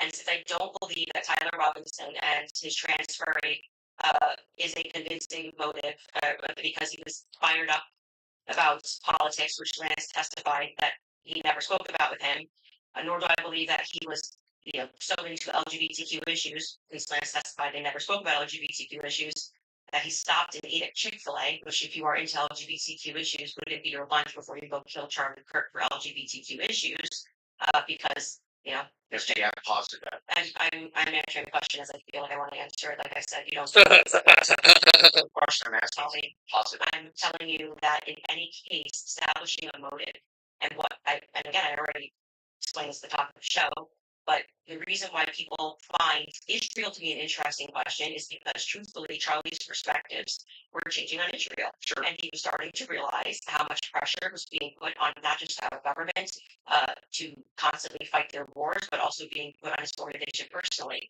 If people had come out and been honest about that, rather than Rabbit claiming he never flinched and everybody's lying and this is not true, you would probably have people that just go, that's life. People change their opinions. I understand. And then there was the Rabbit. I mean, not even that. Everything was about trying to convince the public how much like. So that understand intuition, how you feel about things. Do you have any evidence history? I've already said, and if you're watching my show in the context of what I said, this is the general sense of why people think Israel's involved.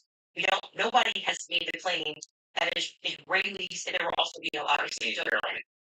Well, Joe Kent, who I think would have the right to assert it, noted that there were 12 Israeli cell phones on the ground that day. I think most people would like to probe that. Now, it could be maybe they were students, and they were Israeli students in Utah that day. But we'd like to probe that narrative because what we've seen after coming from the Israeli government, the Israeli prime minister, kind of denying that he did it, which wasn't really necessary. He was quite busy. The phone call that happened, which no one wants to discuss, in Hamptons the week prior, or not the week prior, I think it was around August 5th or 6th that took place. And again, the almost desperate lies about Charlie shooting a pin on Israel lead us to believe that there could be an Israeli angle in this. But we cannot say for certainty that Israel called the shots and this is how it happens. But it is definitively, I think, a threat that a lot of us like. You say it holds positive. Whatever you want to say. Whatever you want to say. It. Let's just have a conversation. Serial evidence and other evidence. Well, what we've said is on our show is what we've said, which is this feels like a conspiracy building. There's no reasons to lie about these things, and yet people are lying. BB ain't acting right. The Hamptons thing was weird, and the way they tried to shove the Israel narrative down our throat. Immediately, I mean, the day he died, posting a picture of him with an American Israeli AI photo on the president's feed. Doesn't feel right. Do you have any evidence that Erica Kirk or TV USA participated in the murder of Charlie Kirk? I've never said they participated in the murder of Charlie Kirk, so how could I say that I have evidence they participated in the murder of Charlie Kirk? Okay, so then you don't believe it, did you? I never have said that statement, so I'm not going to get you to ask me personal questions about things that I've never said. Right? Okay, sure. That's the team sent messages and that's something I figured it. Okay, go ahead. There we go. We're finally getting into the meat. We're slandering Yes, Candace. he said that there's a video you want to play that Candace said she has full confidence Israel was involved. I said evidence that they killed him. I said they're that's why people think they're involvement. If they have the clip, Yeah. Yeah. Yeah. My guess is Pierre. I think that there's a reason Pierre truly was at first because he was a priority. How, why he friends Israel are involved in Charlie Kirk's assassination. And I'm going to put that out there with full confidence. I also involvement. I understand. Yeah. So you think you with full confidence you think that Yeah, I think France Israel's involved. Yeah, I mean, the person that gave me that thing that I reported said that French Foreign Legion were on the ground that day. Again, this would be a professional invitation for me to then go and probe that information that I handed over. I can't do that. I'm not but you going don't to have positive evidence. Okay, I don't. You just stop. This is actually just like annoying to hear you keep saying positive evidence. I just asked me what I think, and I just tell you, yes, I think they are That's involved. plain. No, I said here's what I think. I have every right think- to ask you about your claim. Yeah, but And if I there's said positive in evidence for this your claim. statement, I literally just said I think, and I am allowed to think. Yeah, you're Keep allowed to saying think. you have but you can't positive make a evidence. claim. I have tons of positive evidence that I'm allowed to think. Yes. I agree. You're allowed to think. Okay, so Nobody's disputing whether or not yeah, the but like evidence is allowed to think. We're asking you that but you have what's your issue? positive What is your issue with this statement? evidence. I think that Israel is involved. That's not just what you said. You said I that just say I think. it's with full confidence. Yes. And That we I think that if you had full yeah, confidence, think what do you think? if I said, for instance, I think I'm going to be late to work, right, with full confidence, I would say my evidence for that is that I'm 20 minutes away and I need to be there at 5. Andrew, That's how you would know whether or not you had I'm just going to tell you something. Let me finish. If it was the case that I said I have full confidence I'm going to be late to work, I would say my evidence that I'm going to be is that work is 20 minutes away, right, and I have to be there at 5. So I have full confidence. That's why I would think that. So I'm asking if you think that Israel and France were involved in the assassination of Charlie Kirk, and you say with full confidence, Nice. I'm just asking for the evidence, No, my dude. or at least walk me through the mindset of why it is that you could think that. I actually don't have to walk you through what I think. I can give you something that I think with full confidence. I think with full confidence that you know you lost the substance of this debate, and now you're moving toward things that I have said that I think, which I can do. I'm allowed to think that. Debate. It's not exactly pertinent to this debate. It's not pertinent because our These debate are claims made about Charlie Kirk's assassination. That's the police Well, officer. no, actually, would you like to remind us of what our debate claims actually were? Would you ask him about any of these things? Yes. Can you remind me? You do not get to structure how I'm allowed to reply. I'm asking why are you How you're allowed to reply. I'm just asking direct questions. I have full confidence that you do not feel that you represented your claim well. And so now you can't That's nice. I just want to know. present yourself like a professor of I fallacy. just want to know. And to say you're not allowed to say that. You can't. You can say whatever you want. Well, I Nobody's said it. disputing that. I'm She asking. said I I'm asking specifically why you all think said that. and done. I've already explained to you. I explained at the beginning of this why I think Israel is ultimately going to be proven to have involvement in this. He said in France. Now you're wanting me to structure the sentence or provide evidence. You don't have to. You're just allowed to think. And I've explained to you my thought process. I don't need to structure it in a sentence. If you feel like a professor today, you picked the wrong day. Don't you think that like tens of thousands or hundreds of thousands of people would want to know what Candace Owens' positive evidence for why it is No, that Israel and She France said no. in the most traumatic public assassination of Gen Z's lifetime is? that's why they watch my podcast. So you're just going to drip to them? Like, here's It's why I not think true. that? Every time we come across any of these discussions, they're watching this in context and they know why I'm saying it. So, for example, when you're bringing up, well, Candace, where's your evidence for France doing this? I just told you someone who was high ranking in the French government, right? His name was. Of course. Of course. Of course. But there's it's not a conspiracy, though, if I then took it to the federal government. Like, you can't just go out there making a claim to the federal government, you get in trouble for making false statements, things of that nature. So, and then you go, well, I'm going to probe that. Well, how can you probe that? This happens to me. This is my podcast. This is my podcast. I'm sharing my life and my experiences and what has happened to me.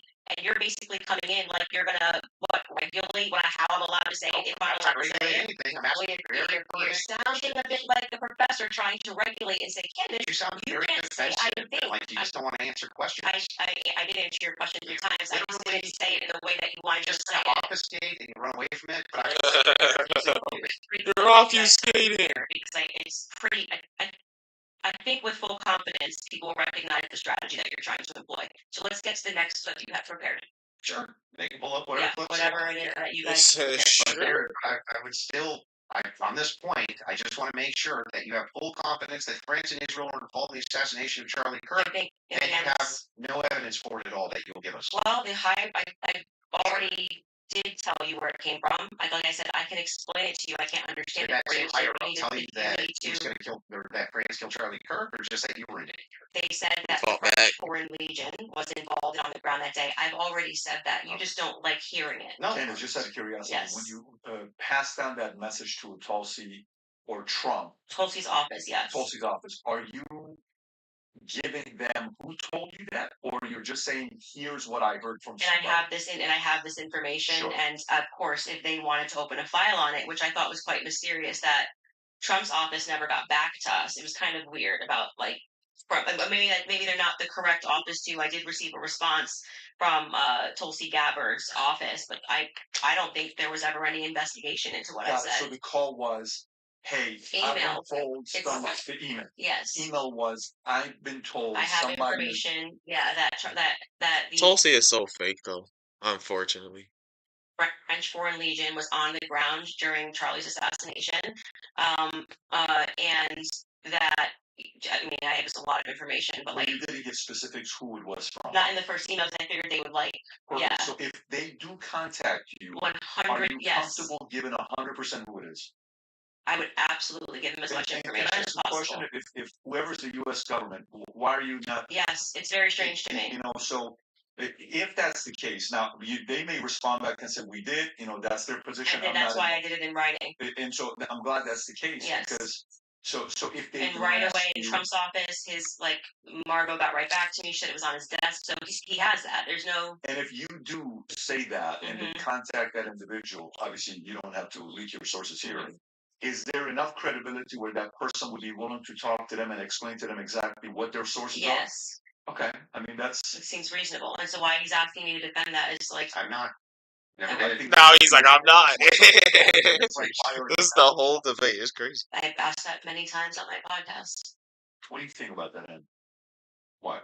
The fact that she emailed, she gave it, and nobody reached out to want to contact the source. They probably didn't think it was actionable, is my guess. But even if they did think it was why actionable, wouldn't they email her back? They'd be like, email her back. We're not doing it. What's rational and reasonable. Is it fair to say that this is maybe a different individual because this is a person that was involved with TPS and had a relationship with her? No, her relationship. This isn't just anybody. So if an average person sends it, yeah, but I mean, we don't know who the source is. We don't know any of this. If you were in that department, wouldn't you want to? Even you assign it to one of your guys. There's no guarantee they didn't look into it. There's no guarantee. How could they? They didn't come get more of the information. It was a long file.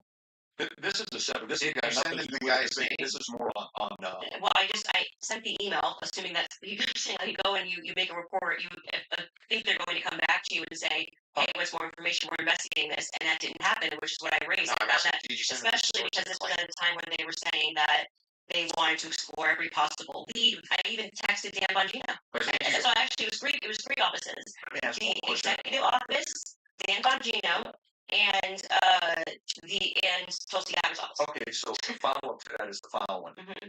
If they contact you to say Is that specifically to the French government or Israel's involvement in the Charlie? That wasn't about Those are Israel. two separate things. That wasn't about Israel. It was Okay, they were got it. saying the French foreign that person as a part of it was saying that it was the French foreign legion that was on the ground. That's So I'm and I surprised that think called. then I find that to be very strange too. Because who would want to make a report? Like, I mean, I've never made a report with the federal government. Let me just ask you a question, and I'm gonna bring it to you. The question is, in regards to, I've not seen that clip, so I'm seeing it now. I'm full confidence, I believe that Israel French was involved. Is that also based on a source that somebody told you that Israel was involved in the assassination of Charlie Kirk, or is that a gut feeling? So in terms of Israel, I mean, what I've said is what I publicly have said here. I do think that at the end of this, we are going to find that Israel was involved. I do. Now, in terms of any of the hard evidence that's been presented, I think this has been a huge problem that a lot of us have had is that they won't even explore anything else that's going on in Charlie's life personally. So if we're not satisfied that Tyler Robinson did this in any way, then every alternative theory should be explored. Other evidence should be brought forward. We've done that in our capacity. Like when people keep saying she has no evidence, it's kind of crazy. I think we've broken like more stories than any news source in the world. I mean, down to pictures, details, police officers, what the dog's name was, because we're not the only people that believe there's a conspiracy here. The police officers that were involved, the many police, sheriff's offices, that were departments that were involved that day, all believed there was a conspiracy. Down to the U.S. Marshals believed there was a conspiracy. They were, my sources at the U.S. Marshals were saying they were basically sent on a wild goose chase that day. But do you see how you say my sources? I'm not allowed to have sources. Well, the thing is, I'm not allowed to have sources. I have sources that claim none of that's true. In fact, my sources claim that her sources are lying. My sources claim that none of them believe that there's a conspiracy. My sources claim all of them really think that Tyler Robinson was a lone gunman. If I just said that as hypothetical, wouldn't you say, what? Yeah, I think what probably adds weight is like then when I drop photos of the car that no one was supposed to see, people go, okay, her sources are legit. So, and then when what I say is then proven in court and nobody knew those things, people are recognizing that my sources are legit. When I say Charlie was scared in the last days, and then I dropped the text message, which you just learned about a couple of weeks ago, of him saying he was leaving the pro-Israel cause when everyone was lying about that, then they say, I think Candace's sources are legit. So I think what's happened is I've actually built up a rapport with my audience that is not vibes and dreams, and that's why they keep watching my content, because like for example, when I just the other day released the content of the shooter on the roof doing the lateral crawl, then they're going, I don't think these are just vibes. It seems like Candace's sources are legit. So I've proven myself in the market. Yeah, I'm not sure that would legitimize your sources as being legitimate when it comes to the idea that, oh, they all believe that there's a conspiracy going on, which is actually what your claim is now. How would that actually, I'm almost done. How would that legitimize, well, it's not his debate. How would it legitimize these sources that even if it's the case you get some court footage or some things like this, why would it legitimize that your sources are telling you all the marshals believe it's a conspiracy, all the police believe it's a conspiracy, everybody believes it? How would that legitimize it? Well, what I'm saying to you, and you are not forced to believe it. So let me just explain what I was answering here, and I think that you understand. He's not even made me through. Is I have, because people trust me, compiled a lot of information and presented it to the public, and this information has been proven true. We've presented photos, we have presented videos, never before seen stuff. The public has never seen it. And so what that does is your audience goes, okay, when she says that she has these sources, clearly she's telling the truth. Now, whether you would then go, well, I've been a believer when she says they don't believe, they think that there's a conspiracy, that's up to you. You cannot watch my content. I'm not here to tell you that you have to watch my content or believe everything I'm saying. Well, don't you think questioners should get questioned as well? By who? I'm not committing a crime, am I? I just like. Well, I mean, are most of the people you ask questions of not actually committing crimes? What do you mean they shouldn't answer your questions? What? No, if you want people to come in and answer questions for you, I have questions about this in the investigation. I have questions about this. I have questions about that. You want them to answer your questions. Doesn't it seem totally fair that you answer back the questions people have for you? Well, they're not answering our questions, so it's also fair that they don't answer them. So you're. That's why I said Cole that should be in his chair. He's not. But isn't that a double standard? No, it's not, because he's not doing it. Yeah, but that would still be a double standard. If you're requesting that he does, then that seems to infer that you think he owes you answers. Oh, so inferences are allowed again? Yeah. That seems to infer that you think that he owes you answers. If that's the case, then don't you owe answers? Well, I feel like I'm answering your questions and his questions about. I mean, I'm talking about Andrew Cole. That his position is he's a spokesperson for Turning Point USA. So when the crowd turns against Turning Point USA on the basis of a lack of information or because there has been, I don't know, seeds sown of distrust, I would imagine, and forget answering my questions because it doesn't need to be me. Aren't you sowing a lot of those seeds of distrust? Well, I think they're doing a pretty good job themselves, if I'm being honest. You can blame it on Candace all you want. Well, people love to do that. I think it's funny. It's People act like I'm ground zero. I think I'm ground zero of people not trusting Turning Point USA. I think there was some PR there. I think there was some PR there. Sure, they could have done better. Absolutely. I'm not disputing any of that.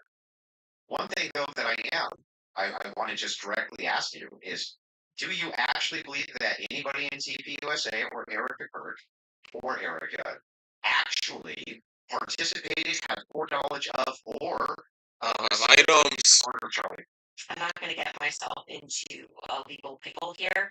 Everything I said is on my podcast. I think firmly that if I was the investigating officers, I would see them all and I would ask questions. I would at this phase. I would. Okay, so what does that mean? Does that mean that you do think so? I think it was not a sufficient investigation into what we know to be true of 80% of homicides. It's usually conducted by someone you know, right? And the fact that that was never even considered, that like I said earlier, the backpack was returned. That was never considered. Because they gave back the backpack. As that's just one example. They gave back the backpack. They gave back the. That doesn't show conspiracy. Well, I mean, it shows that the police trusted everybody and didn't just hold things up for a second. They pulled them out as suspects. That quickly, I'm not comfortable with that investigation. It's a pretty big organization. There's $100 million incentive. This is $100 million. What I'm saying is his organization, like I think it had grown to, I think it was 100 plus per year. Yeah, per year. If that's what you want to pass Yeah, it, but that's fine. he wants to play video. If you don't like it, there's a video they want to play. Candace, I'm sure. Possible to not believe Erica's complicit. If you guys want to play that video. And so right now, their guys are going out and they're going to look for evidence, and then by May, which is unfortunately around the corner, then she'll see what they found. So what the F is that performance? How could you sit up there and say, yes, I 100% believe Tyler Robinson did it. That right there is why it's impossible for me to think that Erica Kirk is not complicit somehow. Because what? Those two thoughts actually don't even follow. How would it be the case that even if Erica Kirk did believe that Tyler Robinson was 100% responsible for the death of Charlie Kirk? Let's say she believed every fiber of her being, believed all the evidence, because she did. She actually did. Would it then follow that somehow she's complicit in his death? I didn't say complicit in death. You added the sewers. Okay, so what's she complicit in? Yes. So in this narrative that Tyler Robinson is guilty, so you're chopping up clips, like I said, you didn't have confidence. Okay, well, chopping it up. We are showing a clip of her on Barry Weiss, which I can't remember the date that she did that interview. And Erica, when she is asked, "Are you one? Do you feel with 100% certainty that Tyler Robinson did this?" And she says, "I do." Then again, context matters. I sit down with Erica for 4 hours under the assumption that she has evidence, right? I'm like, this is why I did not engage in any Erica. Everyone's questioning what she's wearing and all this stuff. I was like, I'm gonna wait here because I don't know. It feels weird to think that. I think that some of her mannerisms were weird and stuff like that. Yeah, that's not. You can't convict somebody on weird mannerisms. And then when I sat down with her, and I was expecting for her to say, well, I'm obviously the victim on the case. We got to see the shots, taken or this or that, whatever it is. Great. That's why she has that much confidence 2 months ago. When I sat down with her, there's nothing. Okay, so this is a conversation. How would that make her complicit? Complicit. Again, you said complicit in the death of Charlie Kirk. Well, if you let me finish my sentence, I can tell you that. My point being is that then you take a look at this and you go, okay, well, this is weird.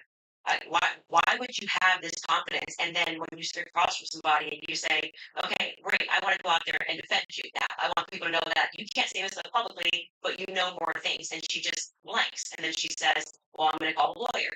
And she called the lawyer. Again, all this is on my show. So out of context, clips is not going to work because I know what I say on my show. So we call her lawyer, and her lawyer says to us, she calls him on the phone, pardon me, and it's the our justice strike. And I'm like, okay, great. What do you guys have? He goes, well, we don't have anything yet.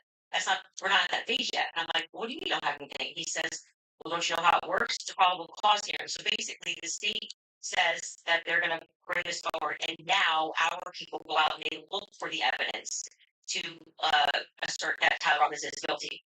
And so I asked her directly, her lawyer directly, the phone's in between us.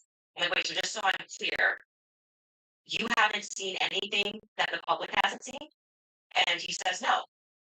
So I'm going back in my head and I'm going, okay, so why is Erica saying with such a degree of certainty that she was sent out to convince the public and people bit, by the way? I remember even Maggie Kelly was like, let's wait. She's going to have access to things. I did think she had access to things that we didn't have. Why express that confidence to the public as opposed to just being like, we don't know yet. Stole my Pokemon. He's involved. They made the rest. Understand how would any of this make her complicit in I've already told you it. She's complicit in trying to fool the public into thinking some open and shut. How is she trying to fool the public into this? If she believes, don't look anywhere else. That Tyler Robinson killed her, if she believes that, how would that be complicit in anything? Are you saying that you think she doesn't believe it? I don't believe that at that stage she sat down very well. I said that's what she believes. No, that's my opinion. Right, but so when you just say complicit, you just mean she believes that Tyler Robinson killed her. That's it. That's what we were talking about. That's why I said if your strategy was to dice up clips and take it out of context and make it stretch and he was complicit, yeah, but then why not just play the full thing? Like why? Because we don't have infinite amounts of time. I'm guessing.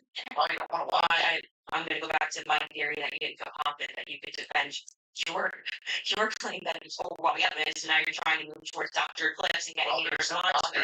I'm just making sure that we got this right. Yes, that what you're actually saying is that Erica was, when I re-examined her actions backward, because we're going to fight back, right, Gudra? Which is why it's so funny to me that you guys make it seem like I'm ground zero. People thought Erica was sus from the day I forgive him. And I was not a part of that. I did not lean into that. I did not contribute to that. I was getting actually terrible messages from her fans being like, Candace, you and Charlie always say to go with your intuition. You won't address this, how we all feel about her. Things changed for me when I saw that Zoom call. I will tell you that for sure. And the fact that she lied to me. So I sat across from her and, I wanted to have that conversation publicly, but they probably didn't do it publicly. She told me some lies. And so the next thing that happens naturally when somebody lies to you, you go, when any person lies to you, whether it's a toddler, people only lie when they're trying to obscure something else. And that's what that lie was. Yeah, it talks about, we have a list of lies we told about you. We can find that, I'm sure. Well, no, I didn't want her to cage up. I didn't want to do this, and because I didn't know what to expect. Like I didn't know she was going to be like, I'm so overwhelmed with everything, and I don't know who to trust the organization, and I don't know what I'm doing. I didn't know. I didn't want to. Just curious about before anything happened. How close were you to her? Not very close. She's not. No. They're like. I would say it's totally normal. Like it's not like there was any issues at all. We were always nice to each other. It just is our life went to a different phase, right? Charlie and I hit the ground, running around, traveling 4 days a week. Now I get married. I find love of my life. I get married and I get pregnant. I have to stop being pregnant. And what you want out of life changes. You don't want to be running around I haven't stopped being pregnant. I haven't stopped being pregnant. What? Look, and then life changes. She was a jilted lover. She said, I couldn't marry Charlie, I had to marry somebody else. I think that's obvious. You suddenly want to start building at home and live. I was desiring that suburban life. She has a good double dates. George or Charlie. She had her double dates. Oh, I was engaged to George quickly. We were planning our wedding. I was kind of in my bubble with George. George chatted with me and Charlie, but Erica and him were just starting to date. Beginning of 2019, George and I were planning our marriage. So George really got to know Charlie. I wouldn't say that I really got to know Erica. I was just rooting for them because I knew how much Charlie wanted to, find love, and so I was kind of his wing woman. throughout that phase, and I was just happy, and I never was under the impression, obviously, that they were going to get married when they were dating, so it wasn't like I was conscious of willing to get to know this person, and so it was just kind of normal that by that time, because of where I was in my life, that I was spending any time getting to know Erica. So the complicit part about Erica too, is that it got feeling? Do you think? It transformed when she lied. You can take it. I'm just asking questions. Yes. Yeah, well, I don't know. I actually don't. I still don't understand what you think she's complicit in. Yeah, so when I say Erica's, listen, that's my opinion. When you tweeted Erica's too retarded to kill her husband, Yeah. would you like to explain how you developed your evidence, your positive evidence for the fact that Erica was retarded? Yeah, sure. So Yeah. I just think all are retarded. Oh, so you're allowed to just say stuff. Who knew? So, and what, You by the way, and like what, what- and what dress? Exactly. Where's the evidence? That's all hearsay. So you're like, she's allowed to make conspiracy theories like Erica Kirk is retarded, but not Candace. Her opinion of Erica after going to the headquarters, because you were pretty hostile about. Hostile choice. You don't think calling somebody too retarded? No, Is come on. That's like normal tongue-in-cheek stuff for me. Oh, you're being tongue in cheek. Usually when I call someone retarded, it's tongue-in-cheek. Yeah. Like for instance, you got supporters. I mean, if you were to use the same exact argument, you would take a supporter like Owen Benjamin.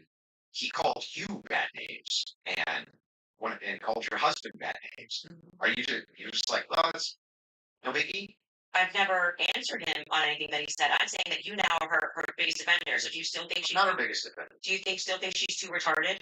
No. I didn't know Eric. I'd never met him. Okay, but you had an issue with Turning Point being led by a bunch of fembots talking about the feminist angle. Still And do. then suddenly you go to the headquarters. Terrible idea. You go into the headquarters. Now all of a sudden you've got text messages that you're sharing with them. You say that you and your wife are getting involved with management. No, I'm not involved in any management. Well, I'm pretty sure there is a clip of you where you say that your wife went to a recent conference, sat down, and then when you were on your program. No. Hey, I'll explain what happened. Yeah. So I was invited there to do some debate training. That's literally what I was invited there to do, on recommendation. So I went down to this debate. That's the first time I ever met anybody to do this. Okay, and then you said you sat down with Erica. I didn't sit down. We were talking to her in the hallway.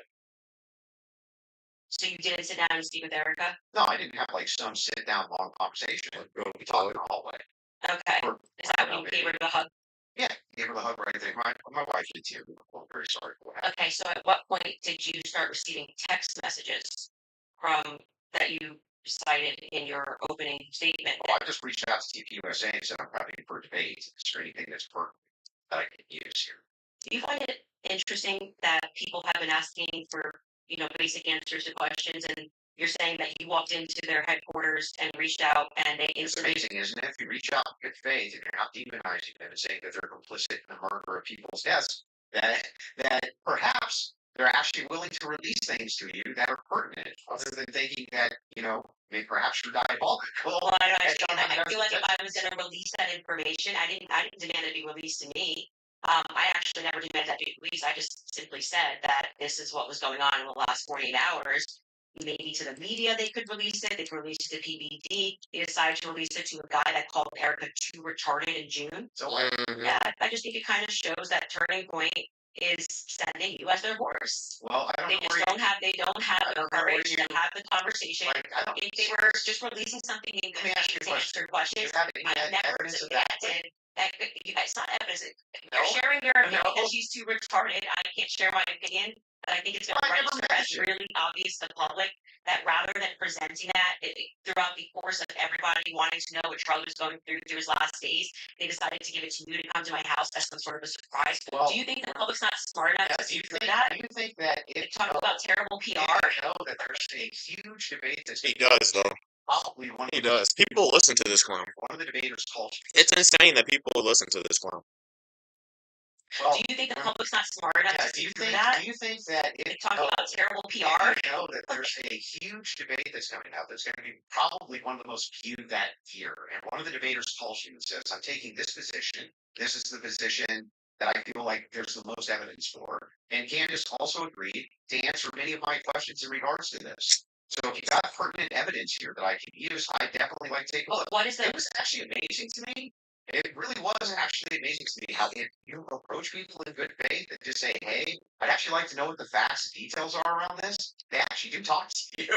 That's It's a lot. amazing. Yeah, I just do not believe that you That's a that you're lot. doing this in good faith. Yeah, that's a That complete anything lot. you have done is demonstrated that's in good faith. It demonstrates that you walked into Turning Point USA headquarters. It came out a different man. You were critical of the organization. Still there. Were critical of Erica, and now you're sitting here going, Well, Candace, first I of want to all, interrogate you for an hour and a half about Hang everything on, hang on. that you said about Being Erica. critical of somebody that you hadn't met, and you meet them, and you're less critical of them. And the inverse has happened too. I was You're right, less critical exactly. about Erica, and now I'm more But I'm critical about her. asking you, isn't it the case that there's people you've been critical of, and Mhm. you've met them, and you're less critical after you meet them? Too retarded. I feel like You just that called she's them dumb retarded. and Yeah, you just called them talk about your retarded. I mean, you're a person that has spent time in what most people would term to be the manosphere, talking about well, yeah, I debate against against feminists. and red pillars, Okay. and a lot of the actual. So I'm a Christian ethicist. And then you go on to Joe Rogan, and you're like soft explaining away why Erica had to take over Charlie's company when they don't have a parent at home. So now you're a feminist icon. Like you just go into the headquarters and you just shift all of your perspectives. That's a bizarre criticism. Like nobody's in the bigger girl boss position than you. Yeah, I'm actually no. You're in the biggest of the girl boss positions. Like you don't have to do this. Okay. You just do this. You could definitely not do it at all and be fine, right? But you still do. I would say that you are making a comparison that cannot be compared because Erica's husband was just assassinated in front of the world. Which makes sense. Why should we take the organization? No, that it makes sense why you go home to your kids. Just so you know. Wait a second. That's bizarre. Yeah, they don't have a parent. They don't have a parent, and they just suffered a trauma. You don't go into the office. You want to protect your husband's legacy. Yeah, right? No. You're trying to find something. The legacy is his children, not the organization. It's both. No, yes, it is both. It's totally rational and reasonable to believe that it would be both Turning Point USA, that is part of Charlie Kirk's legacy. He lived his whole life this for is it. why people think she's and, us. And his children. Now, for you though to say that anybody's a girl boss, right? That's like the pot calling the kettle black. That came out of your mouth. No, that was you. You brought up girl boss. Girl boss came out of your mouth. Yeah, I'm just saying, I'm telling you that you brought up this idea that I'm defending some feminist nonsense. I'm not. I'm pointing out that there by the way, she's not qualified there's always to take over his company. There's always subjective outliers to each situation. In fact, it's the exception that proves the rule. And the interesting thing here is like, I'm still critical of feminism inside TP USA as I've always been. And I'm just as critical of any pro-Zionist position as I've ever been. None of that's ever changed. By the way, I would think it's the most rational, reasonable thing on planet Earth to do if you wanted to actually see an organization change, to try to work with leadership or reach out to leadership to try to do so. Doesn't that make most sense? I would like to state for the record that I think Erica is underqualified to run the organization, and on the more emotional aspects, I agree with what seems to be a majority opinion. I'm not gonna say it's scientific, that any woman that would leave her kids and go right into the office after their husband was publicly assassinated does not have their priorities straight. Okay, well, I understand that you can have those criticisms, but I'm not understanding still how that would make her complicit. I don't have to keep answering the same question. Okay, so let's Your team is asking to play a clip, so if we want to play this clip to just finish this segment on the Erica Kirk topic, we can spend some time on that as well. If you guys are ready in the back, we're ready. And causing that 30-6 diameter, as would happen with a pet and explosives, as we demonstrated to you in the past, it accidentally, because of how Charlie was crouched, went up and hit his neck. And that ruined everything. It was problematic. It's the reason why Terrell and his people to get the cameras down, because they were never supposed to see it. If they could have said reasonably that a 30-6 got eaten by Charlie, much more recently, obviously, than saying that the chicken bones in his neck stopped it because he ate vegetables. They panicked. That's why Terrell Zer's on the phone with me. Again, this is my theory, and I am now very much sticking to it. Okay?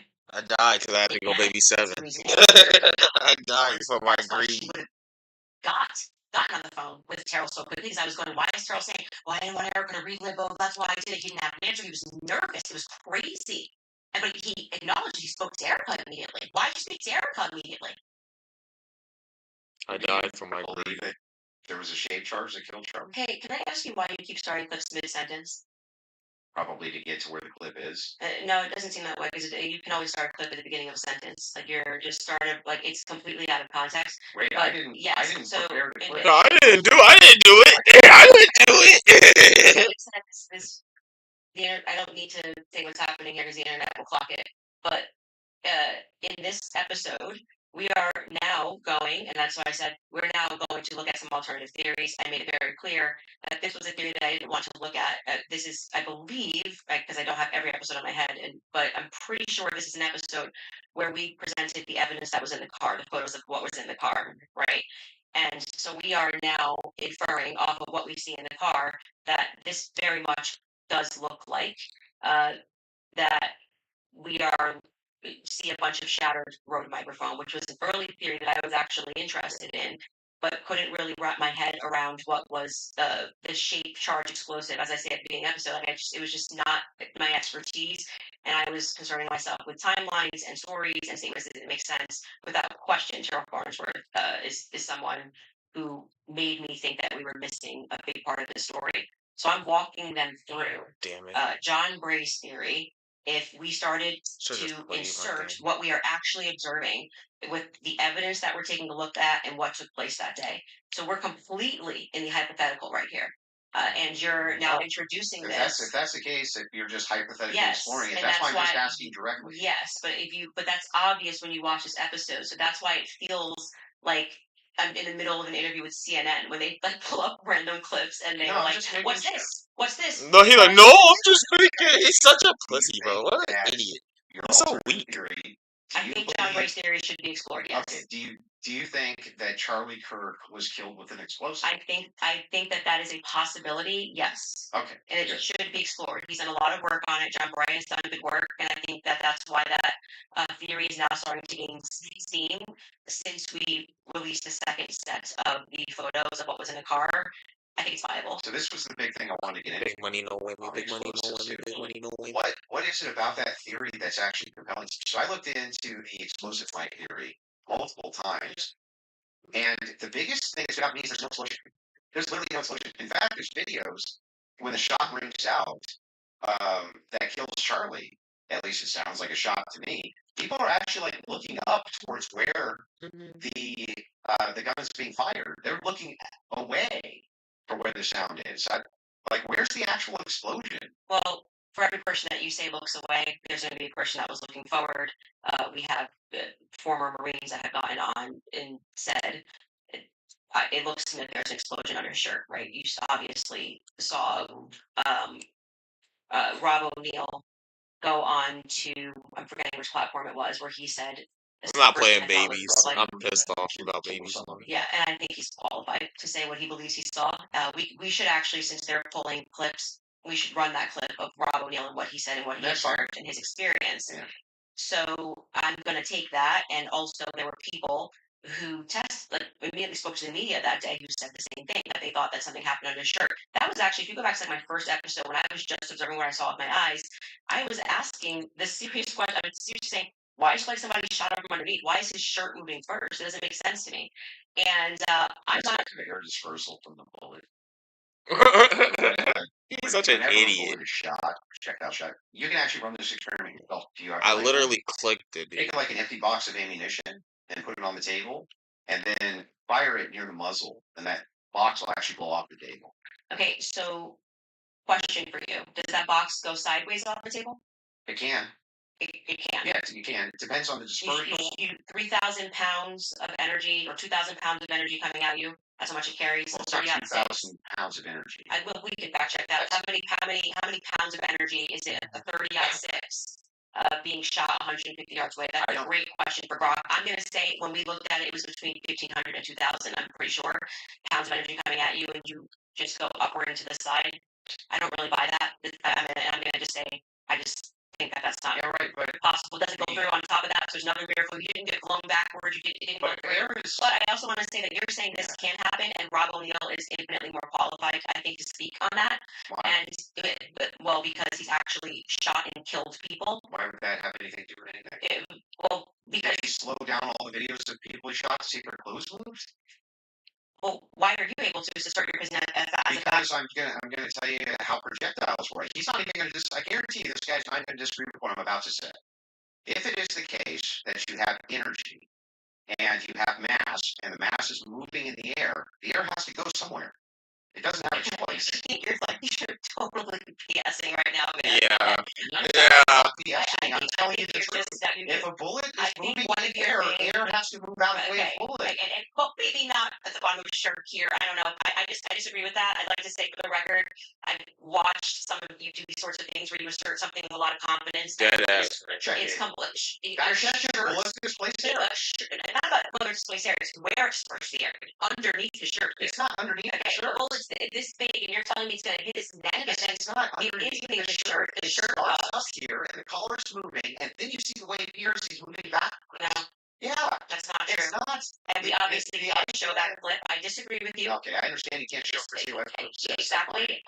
I disagree with you. People can go watch and make up their own minds. We don't need to debate it. Whether or not it was the first thing I said was, why is his shirt moving first? It didn't make sense to me.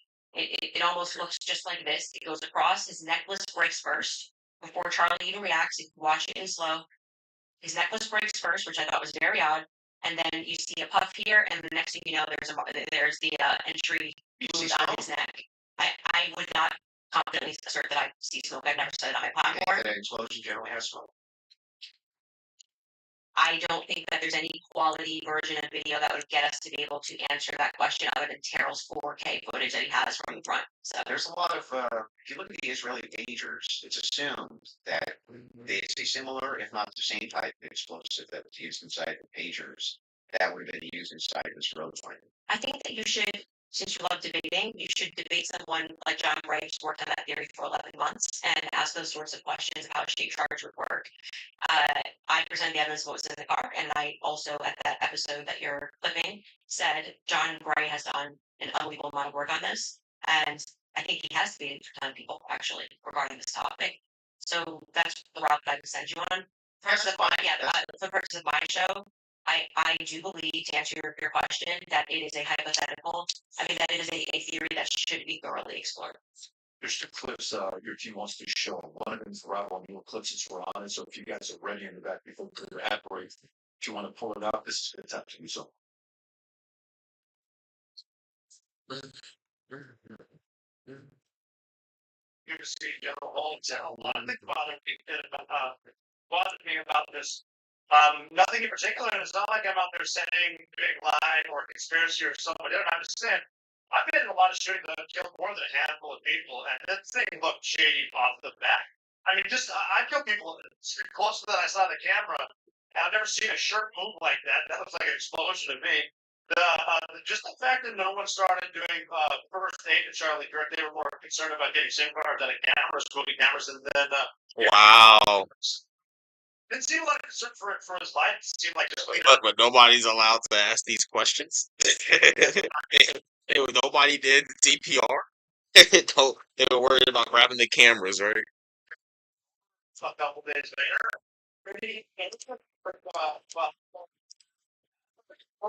to forgive the alleged shooter, which technically says that was him, because I forgive that you can't forgive Candace Owens for having an opinion or asking questions, and they mock people by saying, "Oh, I'm just asking questions." Yeah, I'm a COP6 sniper. I'm asking a lot of questions. No one wants to answer.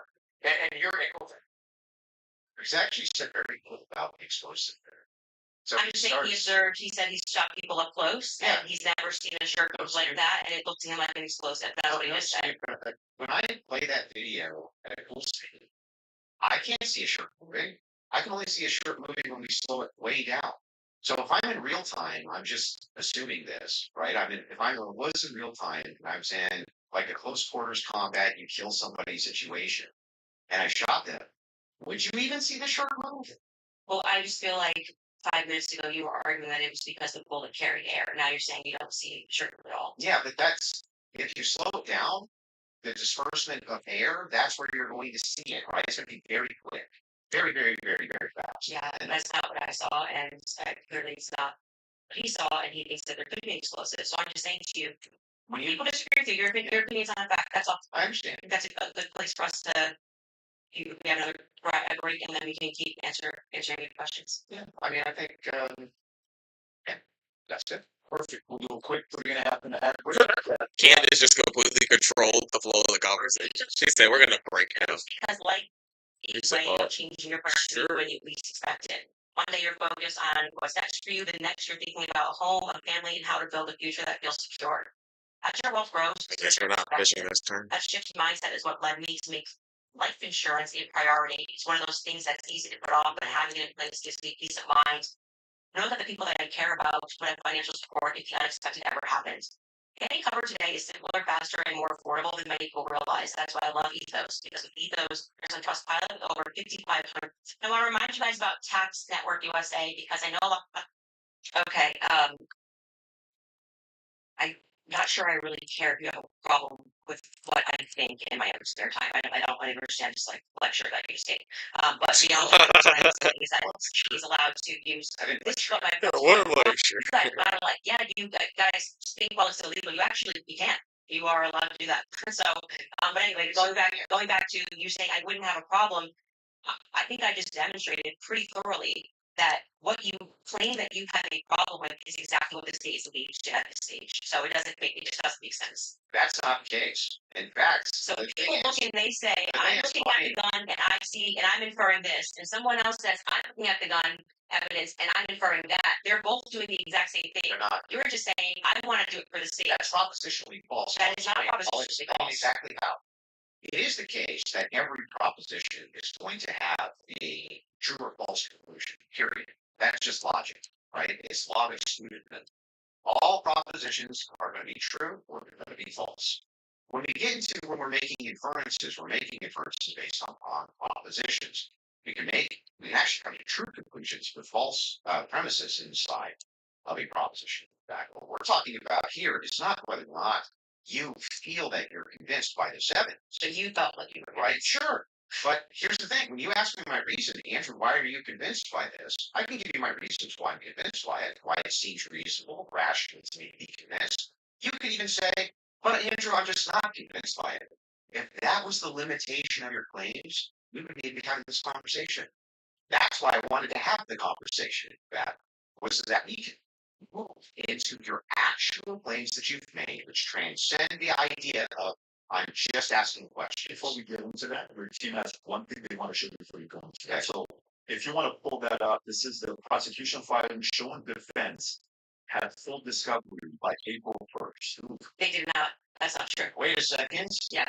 To date, the state's prosecutors have disclosed all evidence that is presently and reasonably available to them as required under Rule 16 Utah R Criminal, to be more precise, as April 1st. Oh, you're not that lawyer. That was not 100%. That's why they're paging that by saying reasonable. There's an entire, and we can pull this up. Like we should now play the Kathy Nestor clip because that's from there. So they were basically saying you don't need it at this stage, meaning it's not reasonable that you're asking for this when we're going into a hearing that's just going to be based on hearsay and stuff, things of that nature. But of course, by the time the trial comes, you're going to get all this stuff.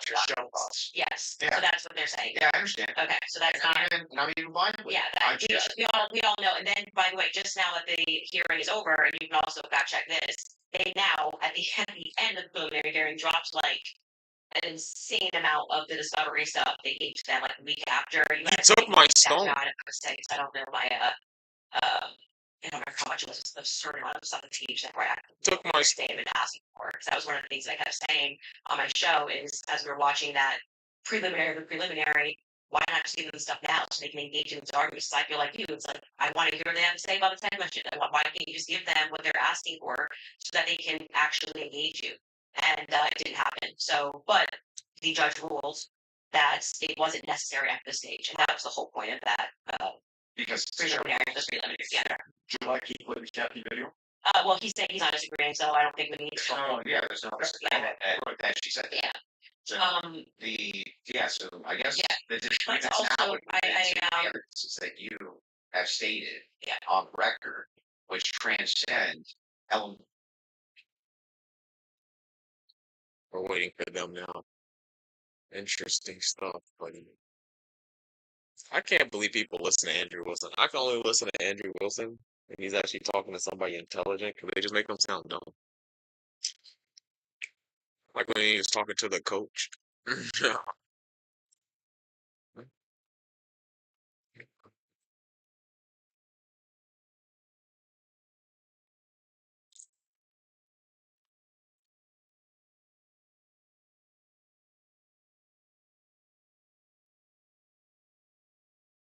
Lamprosen.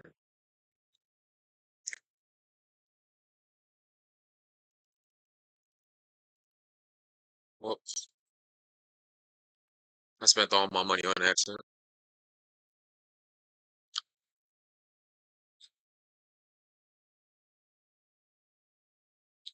What is Clam Pearl gonna do?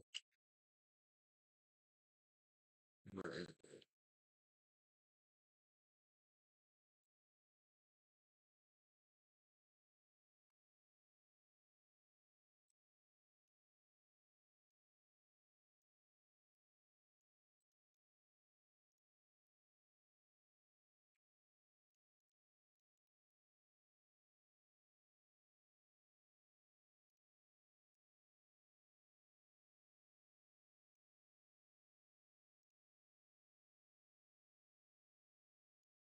That's what I'm looking for.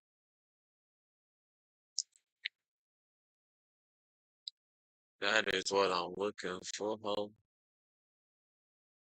I don't know. I get we're gonna end up making Polytoad. Is that 200 back line? We got him in the front line too. Poliwrath is more. I don't know. We got a lot of back line though.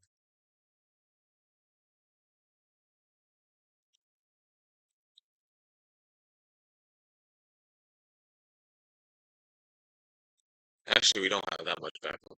Okay.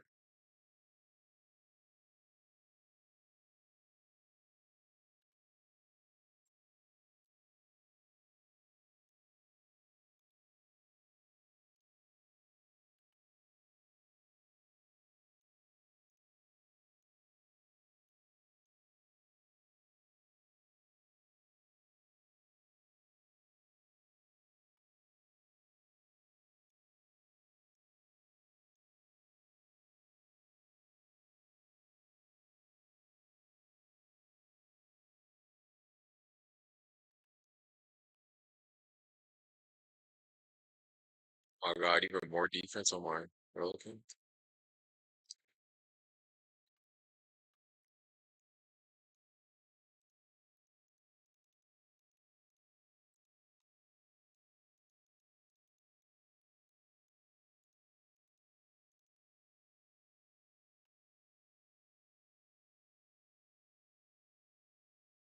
Six six 2217 4156. He attacks faster. She does more damage. Mm. I think we're just gonna give it to my legendary, maybe.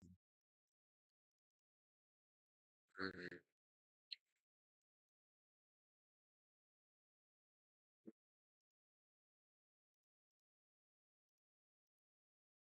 You play nice, I play rough. We're far from the same. I need healing, bro.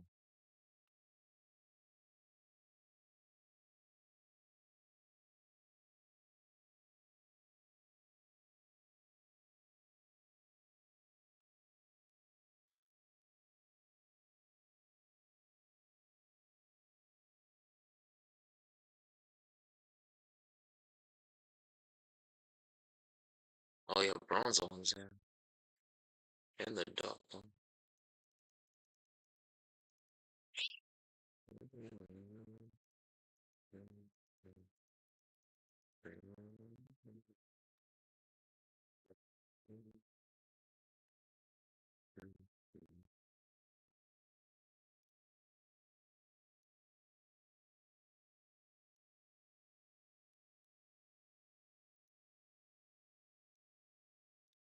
Wow.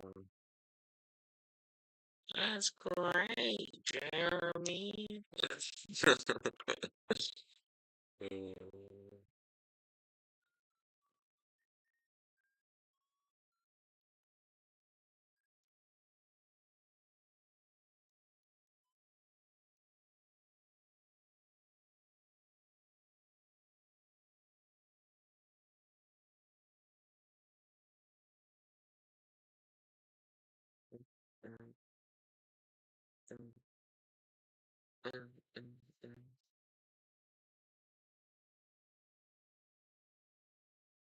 He's infatuated. It's 3v1? Yes. Yes.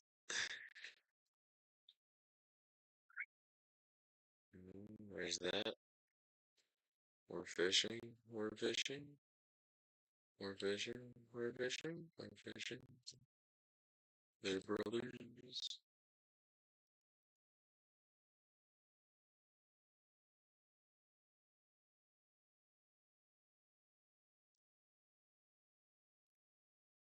This is getting sus, man. I'm not gonna lie. They're still not back. This is completely crazy to me that some of the artifacts that Charlie was wearing were immediately returned to Erica. Right? That is absurd. Real Everything weird. should be in evidence.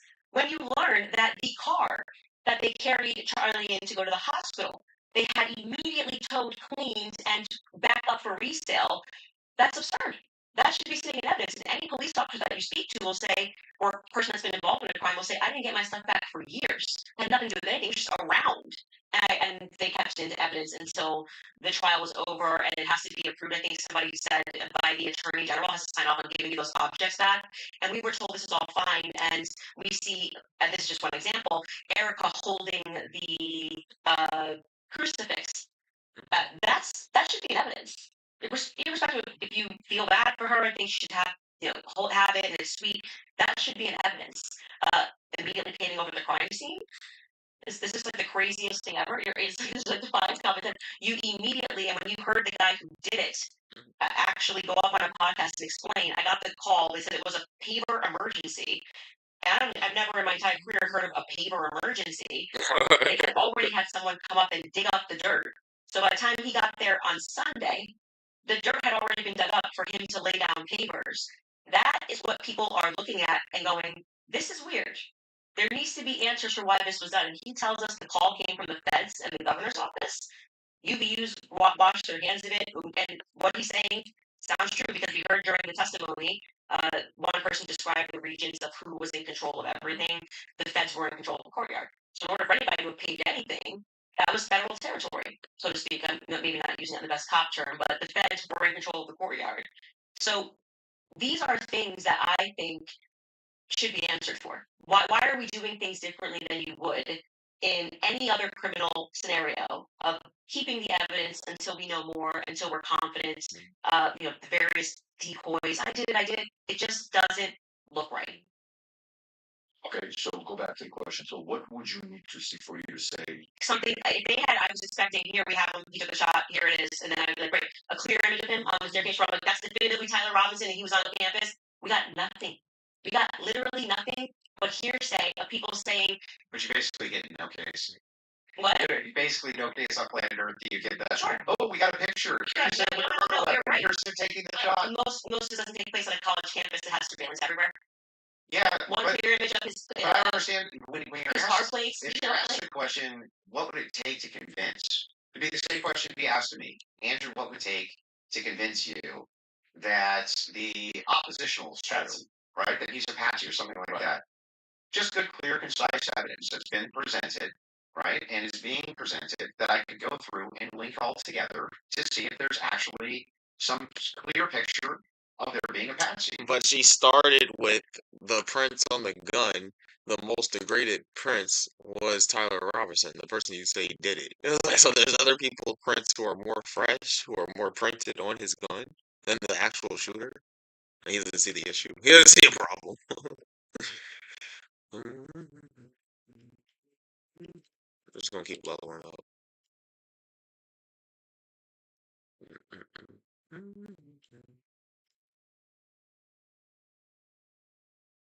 maybe we're done with this, and then we can run water this, and then that's sound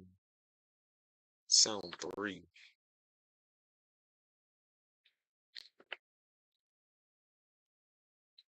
We should run this.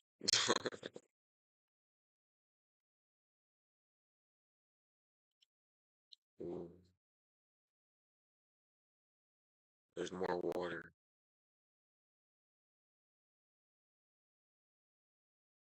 That's low-key what I need. If I hit water 9, I'm gonna say, oh, he took it. Why do you take that? Can I make a sound? Ah, damn, no, I put the Pokénomicon on the wrong thing. I was gonna make a sound stone. There's a spoon. We might need a psychic stone.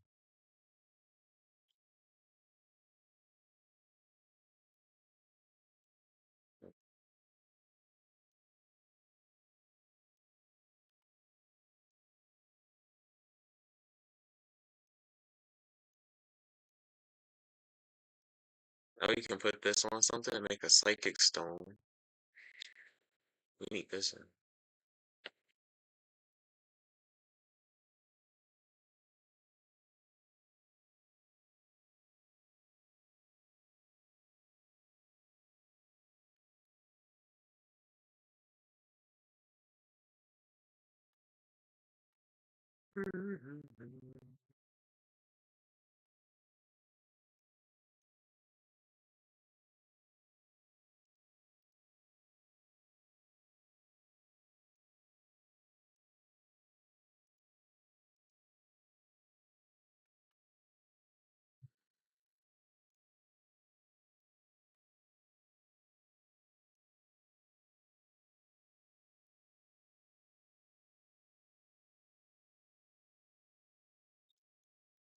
Bug's just not better. I wish I can turn this on.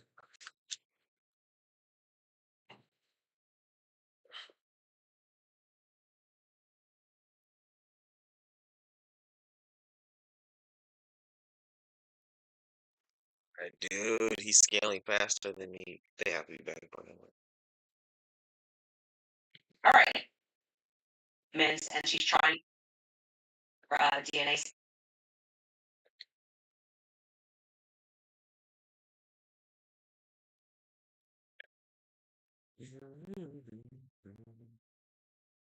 Water artificial.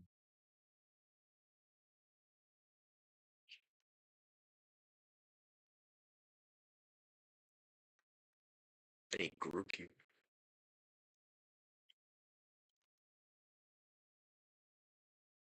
Part. And then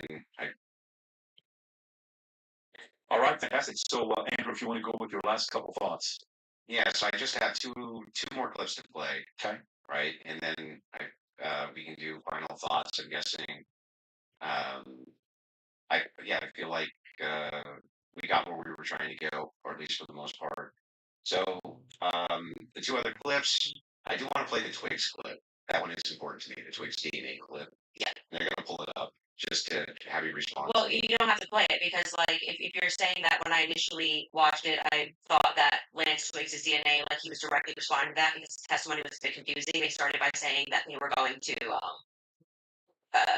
explaining how they got samples, and they said Lance, Matt, and Amberson. Lance, Matt, and Amber Robinson, how they got their DNA samples, and then they started speaking about the gun and said, multiple prints were found on them, and then they moved and they said Lance Twiggs's DNA was found on the screwdriver. When I went back and rewatched it, I realized, well, they haven't officially said that Lance or Amber are on the gun, so I think I've already conceded that we don't know that. So I think, but if you want to play the clip correctly, you saying it is on the gun. Twigs yeah, DNA I'm saying that I feel like I've already said to you, like I made that concession. But just to be clear, whenever I make a mistake, I just correct it. So that's why when you were asking me 3 times, I've already said we don't know yet, and I have corrected that mistake. So if the purpose of you showing this is to demonstrate that Candace makes mistakes sometimes when she's taking in a lot of information and This game she's is so close. reading through legal documents and she's trying to remember 9-hour testimony. It's to demonstrate something else. It is, in fact, the case that we're all going to make mistakes. Yeah. We're gonna make And I've already mistakes. I've already You're going to make conceded. mistakes for the case. Yeah. But in this case, you were very adamant that his DNA was on the gun itself. Yeah, so I'm just saying that it's not ruled out. We Sure. know that there's 5+ brands. I've said this so many times. I watched testimony. It's like 9 hours a day. It got very scientific when they were speaking about this, and I think I wrongly extrapolated that they meant all 3 of them were on the prints when the only person they officially named was Matt Robinson. So we don't know yet if Lance Twigs has his DNA on the prints DNA on the gun officially just yet. Okay. I've already conceded that. Sure. So that's fine. And then the last one is yeah. what they're sure. It's like the Erica Kirk. All right, Erica. You couldn't sit down with me, Erica, but we can do it this way. This goes back to a previous climate change. Yeah, sure. Straight to jail, straight to jail. Questioning at least Erica. I don't care who's mad, I really do not care who wants to be upset after this episode. Really, it would be wasting your breath. You can spend $1 billion on influencers because this is all becoming increasingly inexplicable. You are asking me to be an idiot, actually, and I cannot do that for you.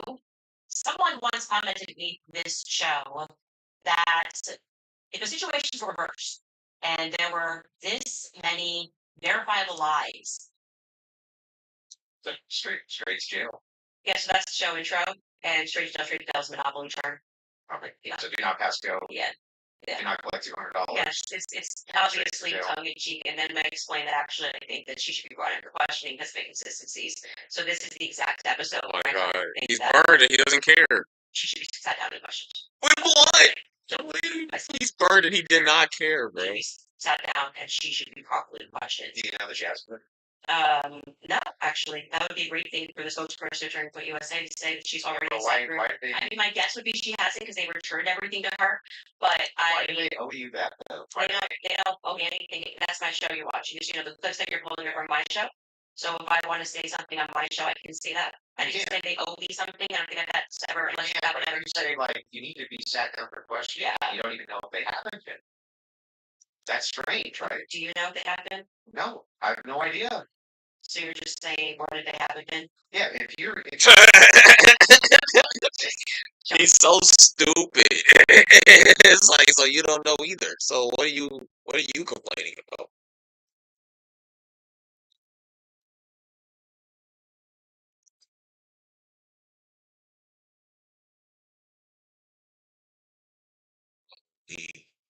If you're, now it's not John. If the query is why is it that Erica Kirk's not being sat down for questioning, but you have absolutely no knowledge whether or not she's been sat down for questioning or not. What that does is it creates an innuendo. It creates an inference. It creates out to the ethos that this should be happening because something's wrong here, when you actually don't have the knowledge that anything's wrong at all. I just think that my opinion is that she should be sat down at questions. But you're not sure if she hasn't been. Yeah, and you're not sure if she has been either. So, like I said, I feel like now you're just kind of filling the air with nonsense. Because turning points like we want to my make knowledge, sure that you go in there and you defend Erica. And I have to say, I don't think you've done an extraordinary job of that. But I'm not here. The thing is, though, is like 4 out of 5 of the clips that you had on the ready when we asked you guys ahead of time. I mean, I want to just assert how professionally we have dealt with this debate. As you can see, we have not planned any gotcha clips for Andrew. I expressed to him that what we were going to do was just use you for fact checks and state because I might not remember something, or I do remember something and you're saying no, and that is what I think will register to people as very rare. We did not take out of context clips of Andrew. I tried to aggressively said please that I cut was me going off. to bring You claims. did not. No, when you said you were going to bring claims that you want me to speak to, you didn't say I intend on sitting you down with out of context and clips into which we sent to you before in an email. And clips that you want to share with us, send it over. Let's start a debate claim so that we can both be ready to respond to it. This just So close. well, what's up? I guess I should have stuck with Aquatic 6 over Water 9. That's not it. That's not actually what happens. I needed to evolve my Clam Pearl. I really wanted Clam Pearl. You could turn Psychic on. Right. So this was a waste. We wanted to make sure that I had at least an hour and a half online, and you got the time for yours to question me if you did. We got through your hour and a half online, roughly an hour and a half now online.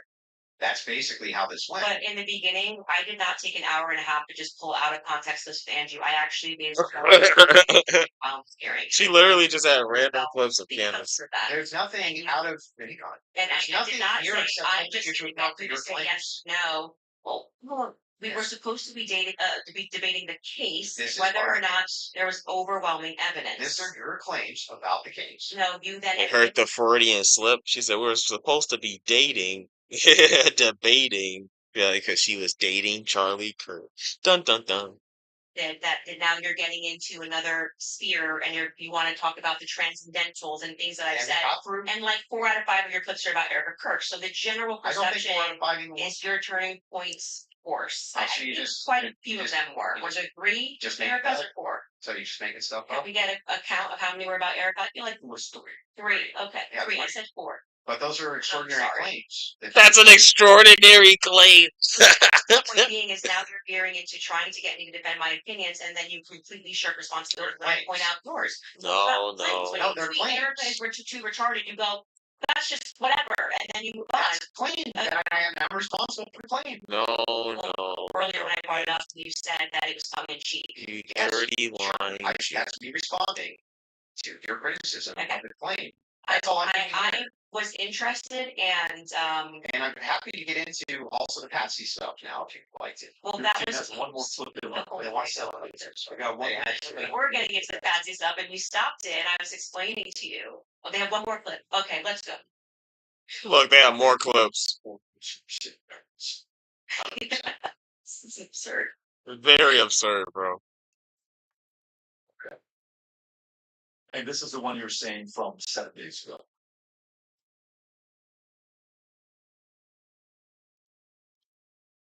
I love how Andrew is supposed to debate these clips, and he's like, well, I didn't put them together. They don't even have the clip. So question, I know it's been, or like, can I ask a question, or we? Not really. I'm just gonna Okay. we're gonna hold to the actual contract itself. The contract does not say that you are allowed to just question me without me being able to respond to you I've What never the said you or want have to a conversation. Like you would never respond to a question I've asked you. And by the way, the other thing is just like Let's have it your way. I want it to look like still have we've that. done everything Andrew wanted to so that people can fairly assess the situation. So you have it your way. I will not ask the question. So you could even ask the question or He said no. Wait for the clip. okay. Wow! You hear this clown? He's like, no, we're waiting for the clip. I don't even want her to ask me a question. What is this? What is this nonsense? Andrew Wilson is so stupid. People listen to this clown.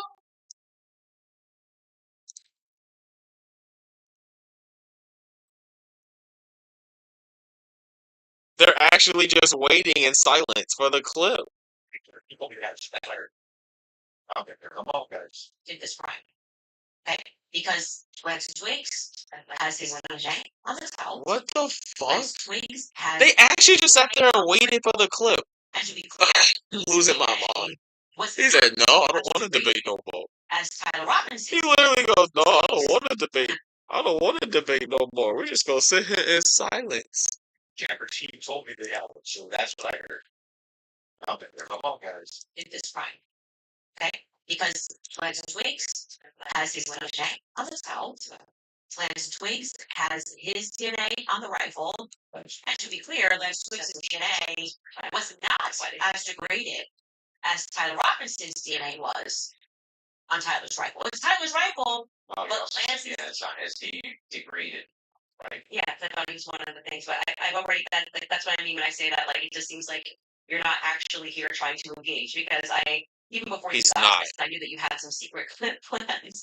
I said to you, when I rewatched the testimony, I realized they didn't explicitly say Lance Twigs. They said 5 other profiles were on it, and that his was most straight. So I hope your team feels fulfilled in playing that.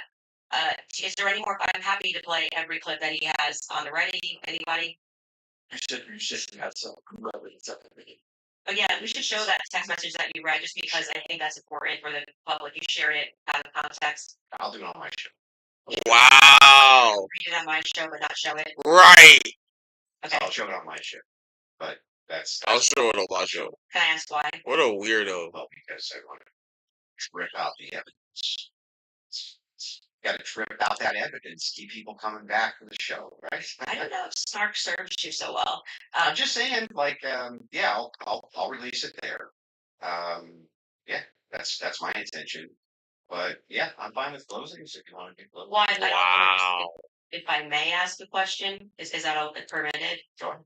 Just so I also have clarity, since your basis has been evidentiary, so you keep saying that you have evidence or like you are following evidence. Which one of the charges against or all of them do you think Tyler Robinson is guilty of? Did a specific charge? Yeah. Yeah, so what I think is that Tyler Robinson shot Charlie Kirk. Yeah, but of the 7 charges that he's being charged. Yeah, can we list them real quick? I'll tell you exactly which ones. Hold on. Well, do you know any of the charges? No. He's up for him? No. Of course, but I want to make sure one. that we have. Can you name one? Can you name one? Because my general perspective is that you don't actually care about this case. You're not following this. That's the question. Yeah, He's not following it seems pretty like if you're going to engage, you're going to say the evidence is overwhelming that Tyler Robinson is guilty. Yeah. I just think that you should. All right. Can you tell me one Let's do charge? Candace is destroying this man.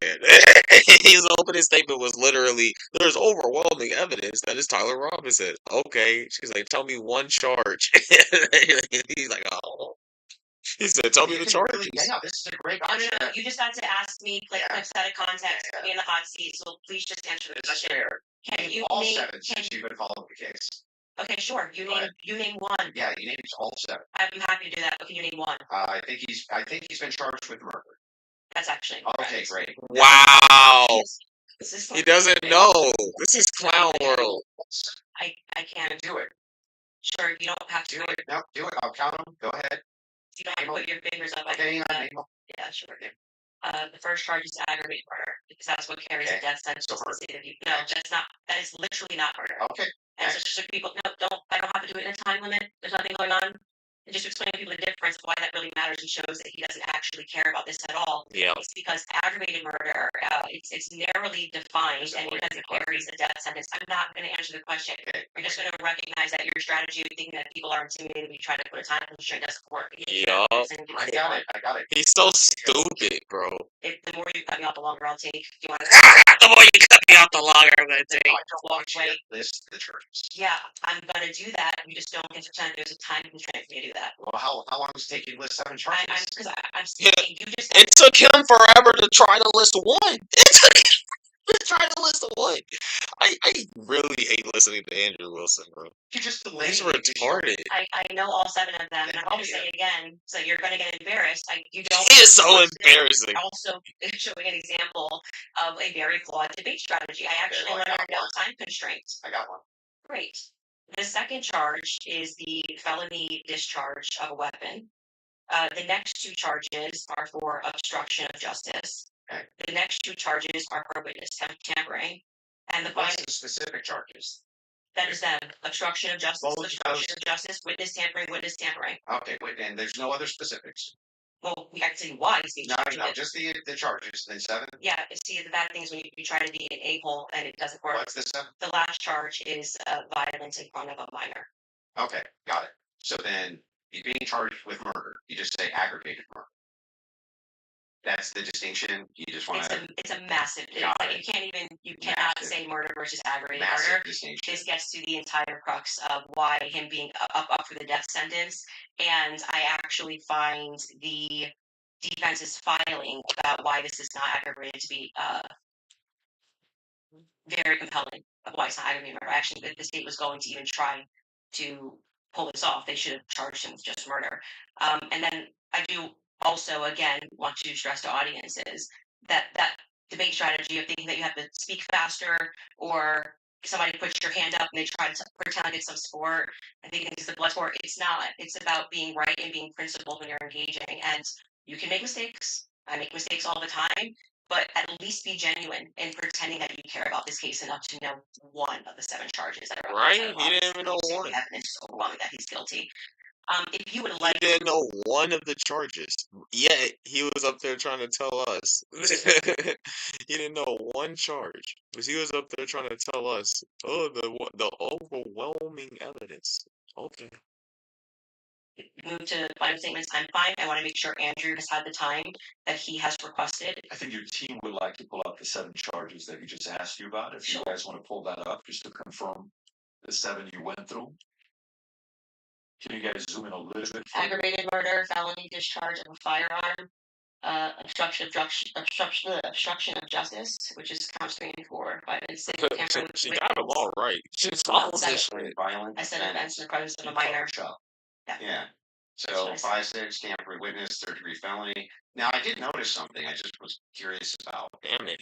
Why do you take my eyes? When you pulled out your phone just before you asked that question, did somebody by chance text you that question? You can check my phone. I'm just curious. No, you can absolutely not. I have not had one communication with a single person, not even my producers who are in there this whole time we were here. You want to check my phone? I'm happy to do it because you're just going to get double embarrassed. Where's my phone? You want to see it? I'm just curious. You can literally do that. Here you go. PPD, you're the moderator. Take it. Let's see See if anyone was texted at all during this debate. All right. About the violent charges or anything. I'm looking through this. You give me permission. You have full permission to go through my phone. I don't need to cheat. So the last one has nothing to do with it. It's just a compliment. I haven't even read my text messages, That's so a compliment. he's reading them. You're okay. You'll give me permission. Yes. I'm just going to read through. Yes. 1132 because after that I don't need to read it. Any other text? Could have been a telegram. Could have been Oh, I have a Signal. You can check that too. I only have Signal. Telegram I used in Russia, and that was it. I downloaded I'll take your word for it. Yeah.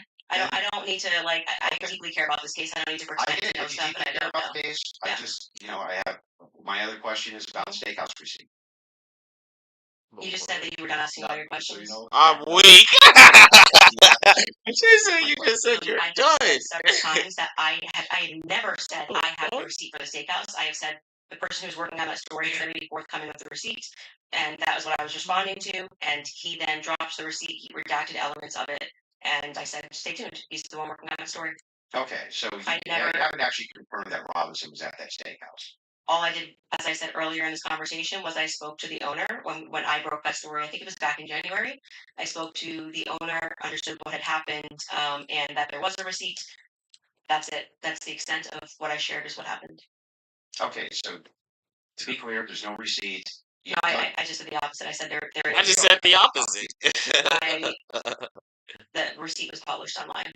Yeah, right. With blurred The out. person working on this story that blurred that out is what I was referring to when I said stay tuned and keep following his stuff because he went to go do what I hadn't done, which was he interviewed the actual server. So there's no evidence that Tyler was at that steakhouse. I would say the receipt with his debit card number, it would be some hard evidence if that. I agree with that. Yeah, so that's it. But you're questioning me. But is there, as of right now? He paid. If you're asking me, did he pay with a credit or debit card? The answer is yes. No. Is there proof that that was actually his debit card that he paid with? I think you should follow the person that is behind that story. Well, the reason I'm asking you is because you always include it in your timeline that he traveled to the steakhouse. Yeah, we've been building a timeline with things that we feel are. But is there any actual evidence? 1102 approved. I think speaking to the owner, knowing that there's a receipt, seeing the receipt is good enough to put on our timeline. But the receipt itself, the question I always had about it is, couldn't you just call the merchant? Like, if I've ever had a merchant account, I just call the merchant account processor and say, what's the name on this? Yeah, I would stay tuned. I feel that having spoken to the owner, that the evidence is compelling enough to put onto my personal timeline of what took place on that day. That's where it's going to stay. And if it gets debunked, I'm happy to take it off. If that's what you mean. That's how an investigation works. Like I said, I did more than enough. It would definitely pass the test by the Utah 1102 rule, for sure, for certain. You submitted a hearsay. Well, yeah, beyond that, because they didn't even have receipts. They were like, Bob told me this. But the question is, the receipt itself, it has not been verified to have been titled. Yeah, I just want to say you're holding me to a higher standard than you are. I'm not even holding you. I'm just asking specifically. Yeah, I've been very forthcoming. I told exactly what happened. I spoke to the owner. I got the tip, and should that be added in an official timeline? It's in my timeline. It's my show, and we can add and subtract what we want, and we do. You can do what you want, sure, but I'm asking, sure. Should you include a thing that you know hasn't actually been verified to be Tyler Robinson? Yes, you should. If we're trying to build a timeline, you should. Yeah. You don't think that falls And then under? you should remove it if someone somehow debunks it. But I think that there is very strong evidence that is where he was, and that What's the is. strong evidence? Just the two people who said that they saw him. I'm actually all good with I feel like Okay. I've sufficiently answered your question about how I got All the right, fair. information, what happens next, with the next stage of this investigation being somebody accessing knowing what his debit card was and confirming it. Yes, and I do believe that that will happen. If it does not happen and it gets debunked, I'll remove it from my personal timeline that I share on my show. That officer, the first officer that was up on the roof. Mhm. Do you remember his name? Officer Bagley. Yeah, what was his first name? Christopher. Christopher. When Christopher got up on the roof, you talk a lot about how his camera died. Well, he talked a lot about that during the about his preliminary camera hearing. died. Yeah. Do you think that he planted that screwdriver up there? No. No. Who do you think planted it? If we're just going on am I allowed to have an opinion? Am I allowed to have an opinion? I would say that I don't buy his assertion on the stand that he didn't check to see if anybody went onto the rooftop before he got up there. I do think that it's possible. It's at least plausible that the screwdriver was planted. I don't believe him. What I can say strongly is that his cam died at just the right time. His body cam died at just the right time. I think that, as you were just grilling me about whether or not I got the merchant receipt for a debit card, that kind of makes it difficult that we just have to sort of trust that a screwdriver was found and we don't have any should be evidence of a police body cam. But like I said, you accept that stuff and then are like, did you call the merchant and get it? It just seems like you Well, I'm not adding. hold, I'm like not I said, adding you this hold the to- prosecution to Wait a second. a higher standard I'm than not you do adding to people. unconfirmed evidence to an official timeline that I'm putting out either. What do you mean official timeline? This is my Well, this is timeline. I made it at home. So then it would be official to your show. Sure. Yeah. Okay, great. So then your official timeline the and someone's fuck? official timeline Yeah. includes a steakhouse stop Mhm. that has not actually been confirmed at all. Well, yeah, it hasn't even been discussed by the prosecution, so it's not like you're debunking that it happened. Well, there's no evidence for it. There's no good evidence for it at all. There's no camera there. And the steakhouse receipt itself has never been confirmed to be Tyler Robinson's. I'm assuming this is just like a talking point they gave you, and you gotta like keep pushing this, or like. I've been following it very closely on X. The receipt. On you weren't even X. following it to Tyler Robinson, but you really You wanted think to know. that I've been following it do you very think that closely on because- X. On Wait, X. Call On owners and X. houses and having a Wait, conversation. It's You're over. following Yeah, I literally followed It's the over. entire trial or the preliminary live. I was live with an attorney. We covered all of it. You think because I have a momentary where it lapsed, where I'm like, oh, it's murder? No, it's aggravated murder. Come on. You didn't know any of He that. He didn't know any of that. He He didn't know any of that. He was trying hard not to even answer the question. Didn't follow the preliminary hearing at all. No, it doesn't Like mean you that don't at know all. any of the That's charges that are ridiculous. against him when this is like getting literally to the crux of aggravated that's- murder versus murder. It's It's a death ridiculous. sentence. And not only that, let's point this out. One of the major things here is that this is your official timeline. It's mine. Yes, who else is going to be? Who else? There would be Candace What's your Owens' issue? I just timeline. don't want to issue with my timeline. What's your issue with that? Well, so the issue is that the entirety of the evidence revolves around two people who claim that he was there and supposedly a receipt. There's supposedly a receipt where Tyler Robinson Oh, damn paid it. for his steak and his soft drink. No alcohol, right? No alcohol, right? You know nothing about the case.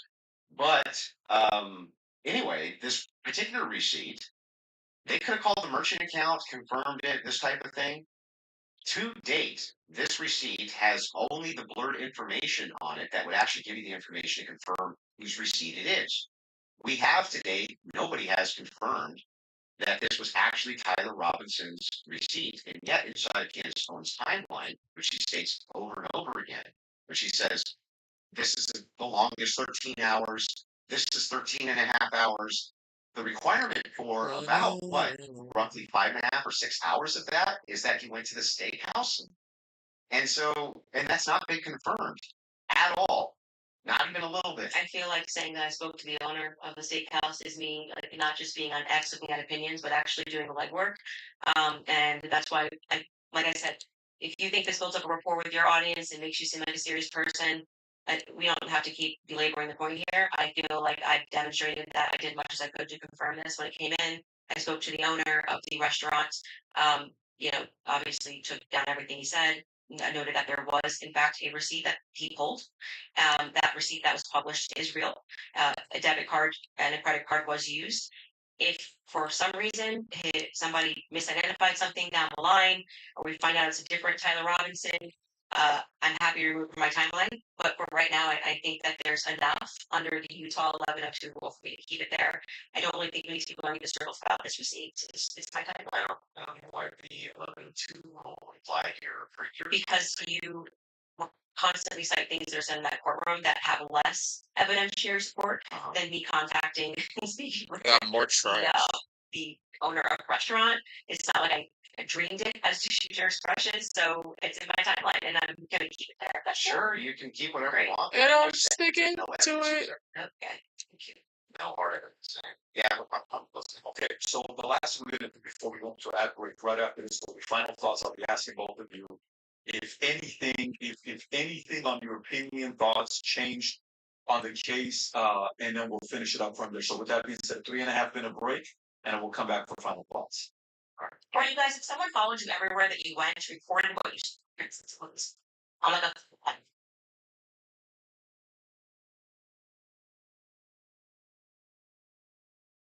tallow cream and there wasn't tallow. I can't stop losing.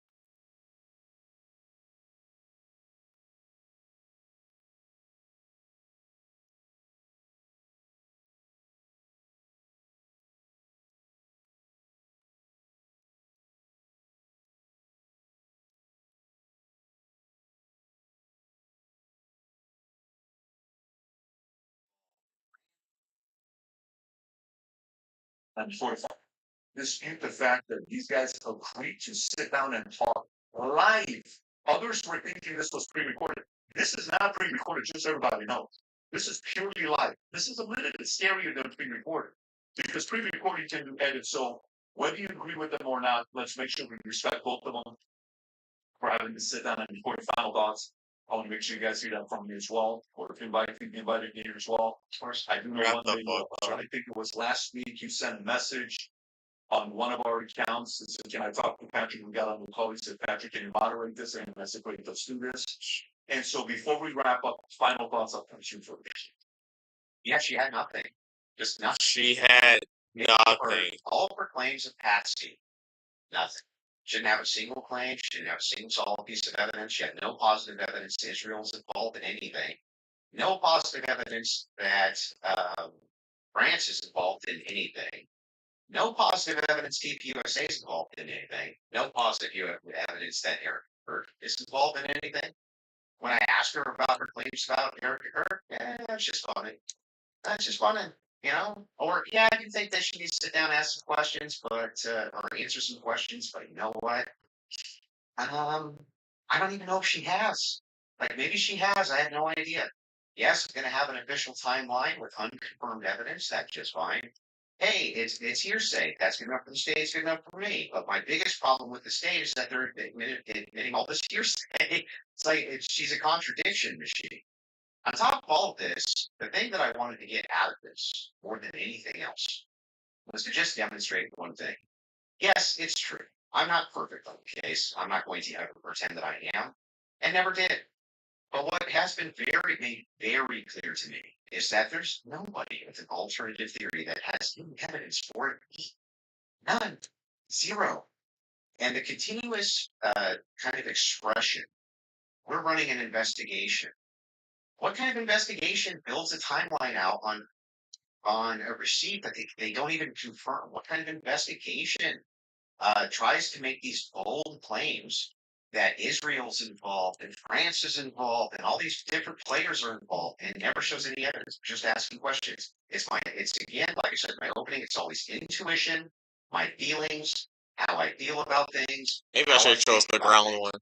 Andrew, how many times did you hear this today? Andrew, you can't tell me how I'm supposed to think. And nobody's trying to tell you how to think. But you should rationally come to your conclusions based on evidence and facts. And the truth is that 90% of what you're saying is simply intuition based. It came to me in a dream. It's intuition. Almost none of it has any evidence at all. Just I'm skeptical because these people over here said things, and that makes me skeptical. It's like, but no evidence. Note this to the audience, to everybody watching. You might hate my guts. That's fair enough. I get that.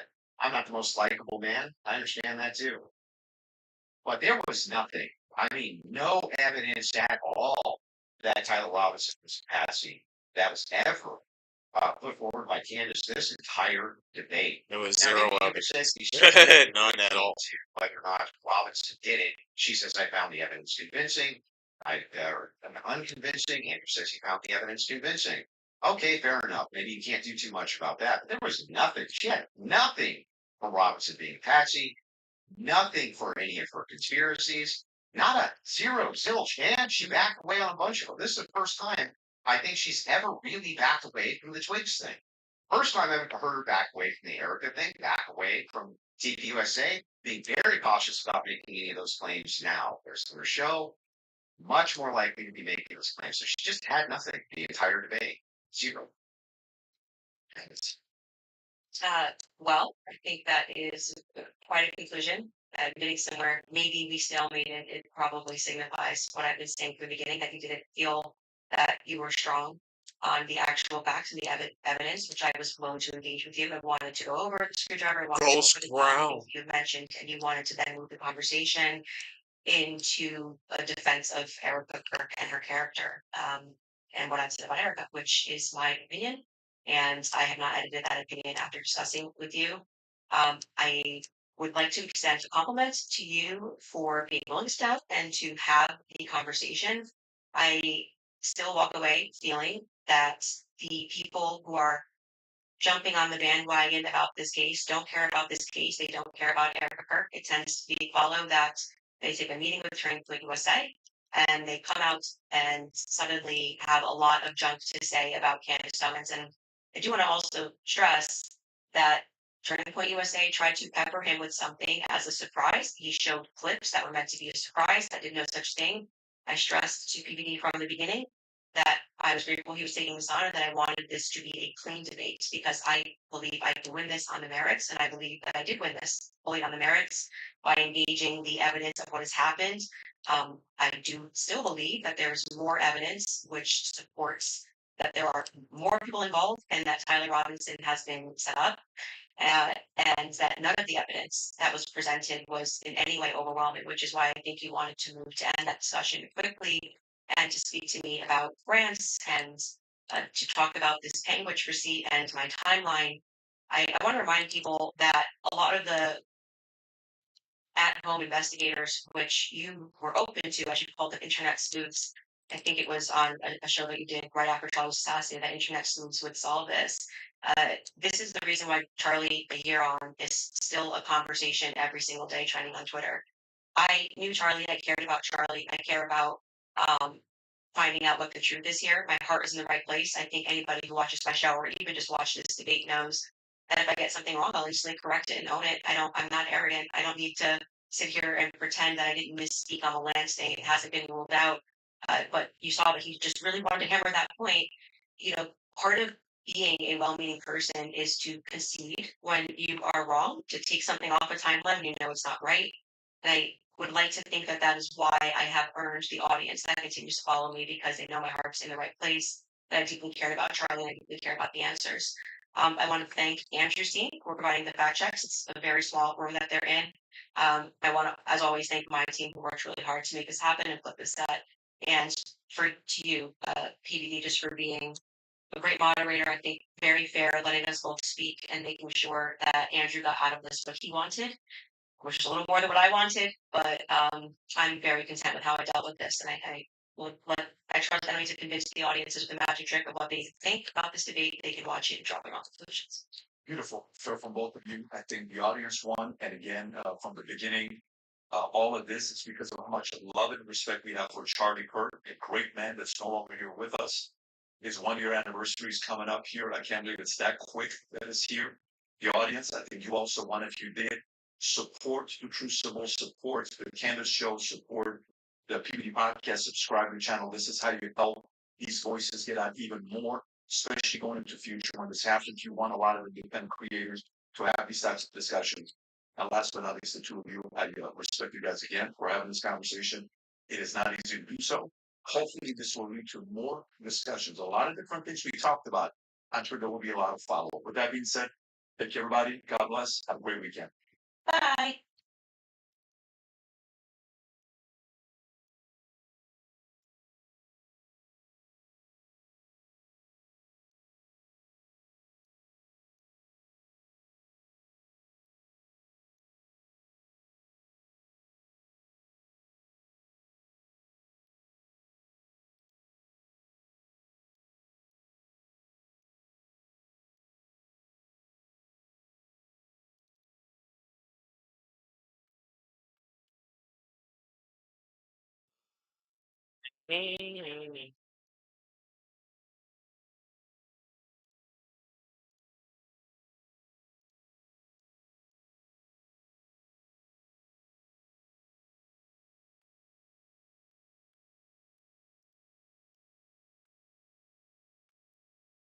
Fuck me, bro.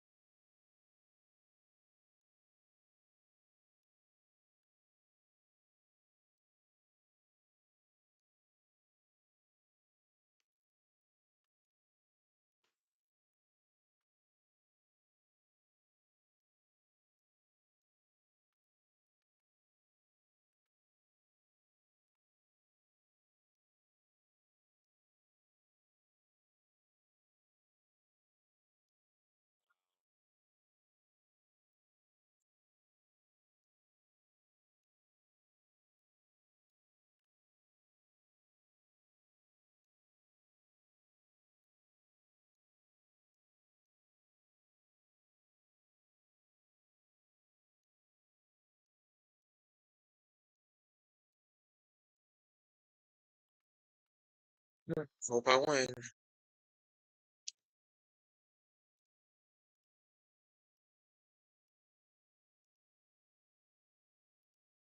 Fuck,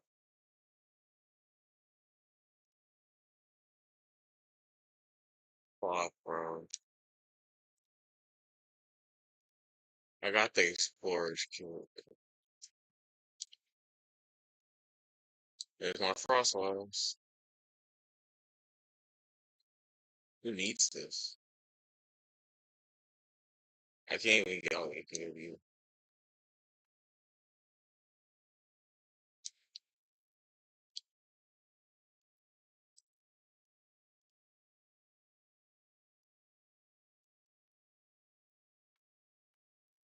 There's my Frostlass. I did it. I made Frostlass.